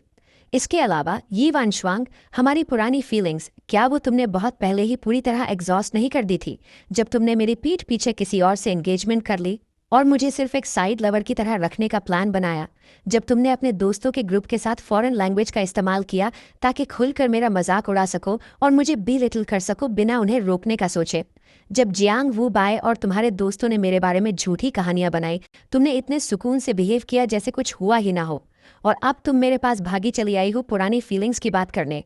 तो उस वक्त तुम्हें क्यों याद नहीं आया कि हमारे बीच फीलिंग्स थीं? जैसे ही ये बात कही गई, यी वान शुआंग का चेहरा फौरन पीले पड़ गया। इस लम्हे उसे अपने गले में एक कड़वाहट महसूस हुई, जिससे कुछ निगलना भी मुश्किल हो गया। शिंघे, मैं जानती हूँ मैं गलत थी, आई एम सॉरी, लेकिन अगर ये ऐसे ही चलता रहा तो वाई ग्रुप सच में मजीद बर्दाश्त नहीं कर पाएगा। मैंने अब भी नॉन चैलेंटली कंधे उचकाए। अगर वाई ग्रुप बर्दाश्त नहीं कर सकता तो उससे मेरा क्या लेना देना? ये वान शुआंग, उन सब ने अपने किए की कीमत चुकाई है। तुम्हें ऐसा क्यों लगता है कि तुम्हारी एक मामूली सी अपॉलॉजी तुम्हें इस सब से साफ बचा लेगी? लेकिन मैंने तुम्हारे साथ वो सब कभी नहीं किया। उसका चेहरा एंग्जाइटी से भरा हुआ था। वो खुद को जस्टिफाई करने की कोशिश कर रही थी, लेकिन उसने देखा कि जैसे ही मैंने अपनी बात खत्म की, मैंने वो झूठी मुस्कुराहट बरकरार रखने की तकलीफ भी नहीं की। तुमने नहीं किया, तुम बस खड़ी रही और खामोशी से देखती रही। ये वान शुआंग, तुम जैसा बाय स्टैंडर्ड सबसे डिटेस्टेबल होता है। मेरे सामने खड़ी औरत को देखते हुए मेरी आंखों की डिस्गस्ट साफ नजर आ रही थी। ये वान शुआंग, सिर्फ इसलिए कि तुम खामोश तमाशाई बनी रही, तुम्हारे दोस्तों ने मुझसे इतनी मैलिशियसली बात की। सिर्फ इसलिए कि तुम्हारी टैसिट अप्रूवल थी, तुमने जियांग वू बाय को बार बार मुझे चोट पहुंचाने का मौका दिया। अब तुम कह रही हो कि तुमने कुछ नहीं किया। ठीक है, तुम कहती हो तुमने नहीं किया। मैं भी कहूंगा कि मैं वाई ग्रुप को सप्रेस नहीं कर रहा। वाई ग्रुप का मामला, मैं मदद नहीं कर सकता। बात खत्म करके मैंने अपनी आवाज़ ऊंची की। हमारी गेस्ट को बाहर छोड़ाओ। जवाब में ऑफिस का दरवाज़ा खुला। उनके चेहरे पर एक मुनासिब मुस्कुराहट थी। इस तरफ प्लीज़, प्रेसिडेंट। ये वो अब भी कुछ कहना चाहती थी, लेकिन मैंने पहले ही सॉन्ग रुआन रुआन का हाथ पकड़ा और उसके बराबर से सीधा दरवाजे से बाहर निकल गया। आखिरकार मैं प्रेसिडेंट हूँ, किसी को बुरा नहीं लगेगा अगर मैं कभी कभी थोड़ी देर के लिए काम स्किप कर दूँ। जहाँ तक ऑफिस में मौजूद शख्स की बात है, कोई उसे बाहर देख रहा होगा तो कोई मसला नहीं होगा। तो हमें क्या खाना चाहिए? वेस्टर्न फूड या घर का बना खाना? मैंने काफ़ी वक्त से नहीं खाया, मुझे थोड़ी घर के बने खाने की क्रेविंग हो रही है, तो घर का बना खाना ही सही फिर। ये तुम्हारी बात मानेगा? सॉन्ग रुआन रुआन की आंखें सिमट गईं, जो उसके उस शर्मीले और इंट्रोवर्टेड अंदाज से बिल्कुल अलग थीं जब हम पहली बार मिले थे। उसने अपना सर मोड़ा और मुझ पर एक आईब्रो खाई। तुम मेरी इतनी बात क्यों मानते हो? मैं अचानक चलते हुए रुक गया। जब मैंने उसे देखा तो उसकी निहायत सोलम नज़र ने मेरे दिल की धड़कन रोक दी। जैसे ही मैं टॉपिक बदलने और आगे बढ़ने वाला था, पीछे से उसकी आवाज़ आई, क्योंकि शिंग ही, मैं तुम्हें पसंद करती हूँ। उसका कन्फेशन थोड़ा अचानक था, मगर फिर भी मेरी एक्सपेक्टेशंस के मुताबिक था। मैं वहीं रुक गया। जब मैं उसे देखने के लिए पीछे मुड़ा तो मैं एक आह भरे बिना ना रह सका। लेकिन मैं जानती हूँ कि तुमने कहा है कि तुम अभी कोई नया रिलेशनशिप एक्सेप्ट नहीं करना चाहते। तो जब तुम किसी को एक्सेप्ट करना चाहो तो क्या मैं पहली हो सकती हूँ? उसकी आंखें मिल्की वे की तरह चमक रही थी। मैंने उसकी आंखों की चमकती रोशनी को देखा और ना कहने की हिम्मत नहीं कर सका। मैंने अपने होठ भींच लिए और एक हल्की सी स्माइल दी। क्योंकि तुम इतनी सिंसियर हो तो मैं रिलेक्टेंटली मान जाता हूँ। उसने भी स्माइल के साथ जवाब दिया, मेरे अल्फाज में रिलेक्टेंटली लफ्ज़ को इग्नोर करते हुए और अपने दिल की सुनते हुए मुझे गले लगा लिया। सॉन्ग रुआन रुआन ने काफ़ी अकेलेपन वाले विंटर्स और समर्स का इंतज़ार किया था। उसे पक्का यकीन था कि अगले सीजन्स के साइकिल में अकेलापन अब उसका साथ नहीं देगा।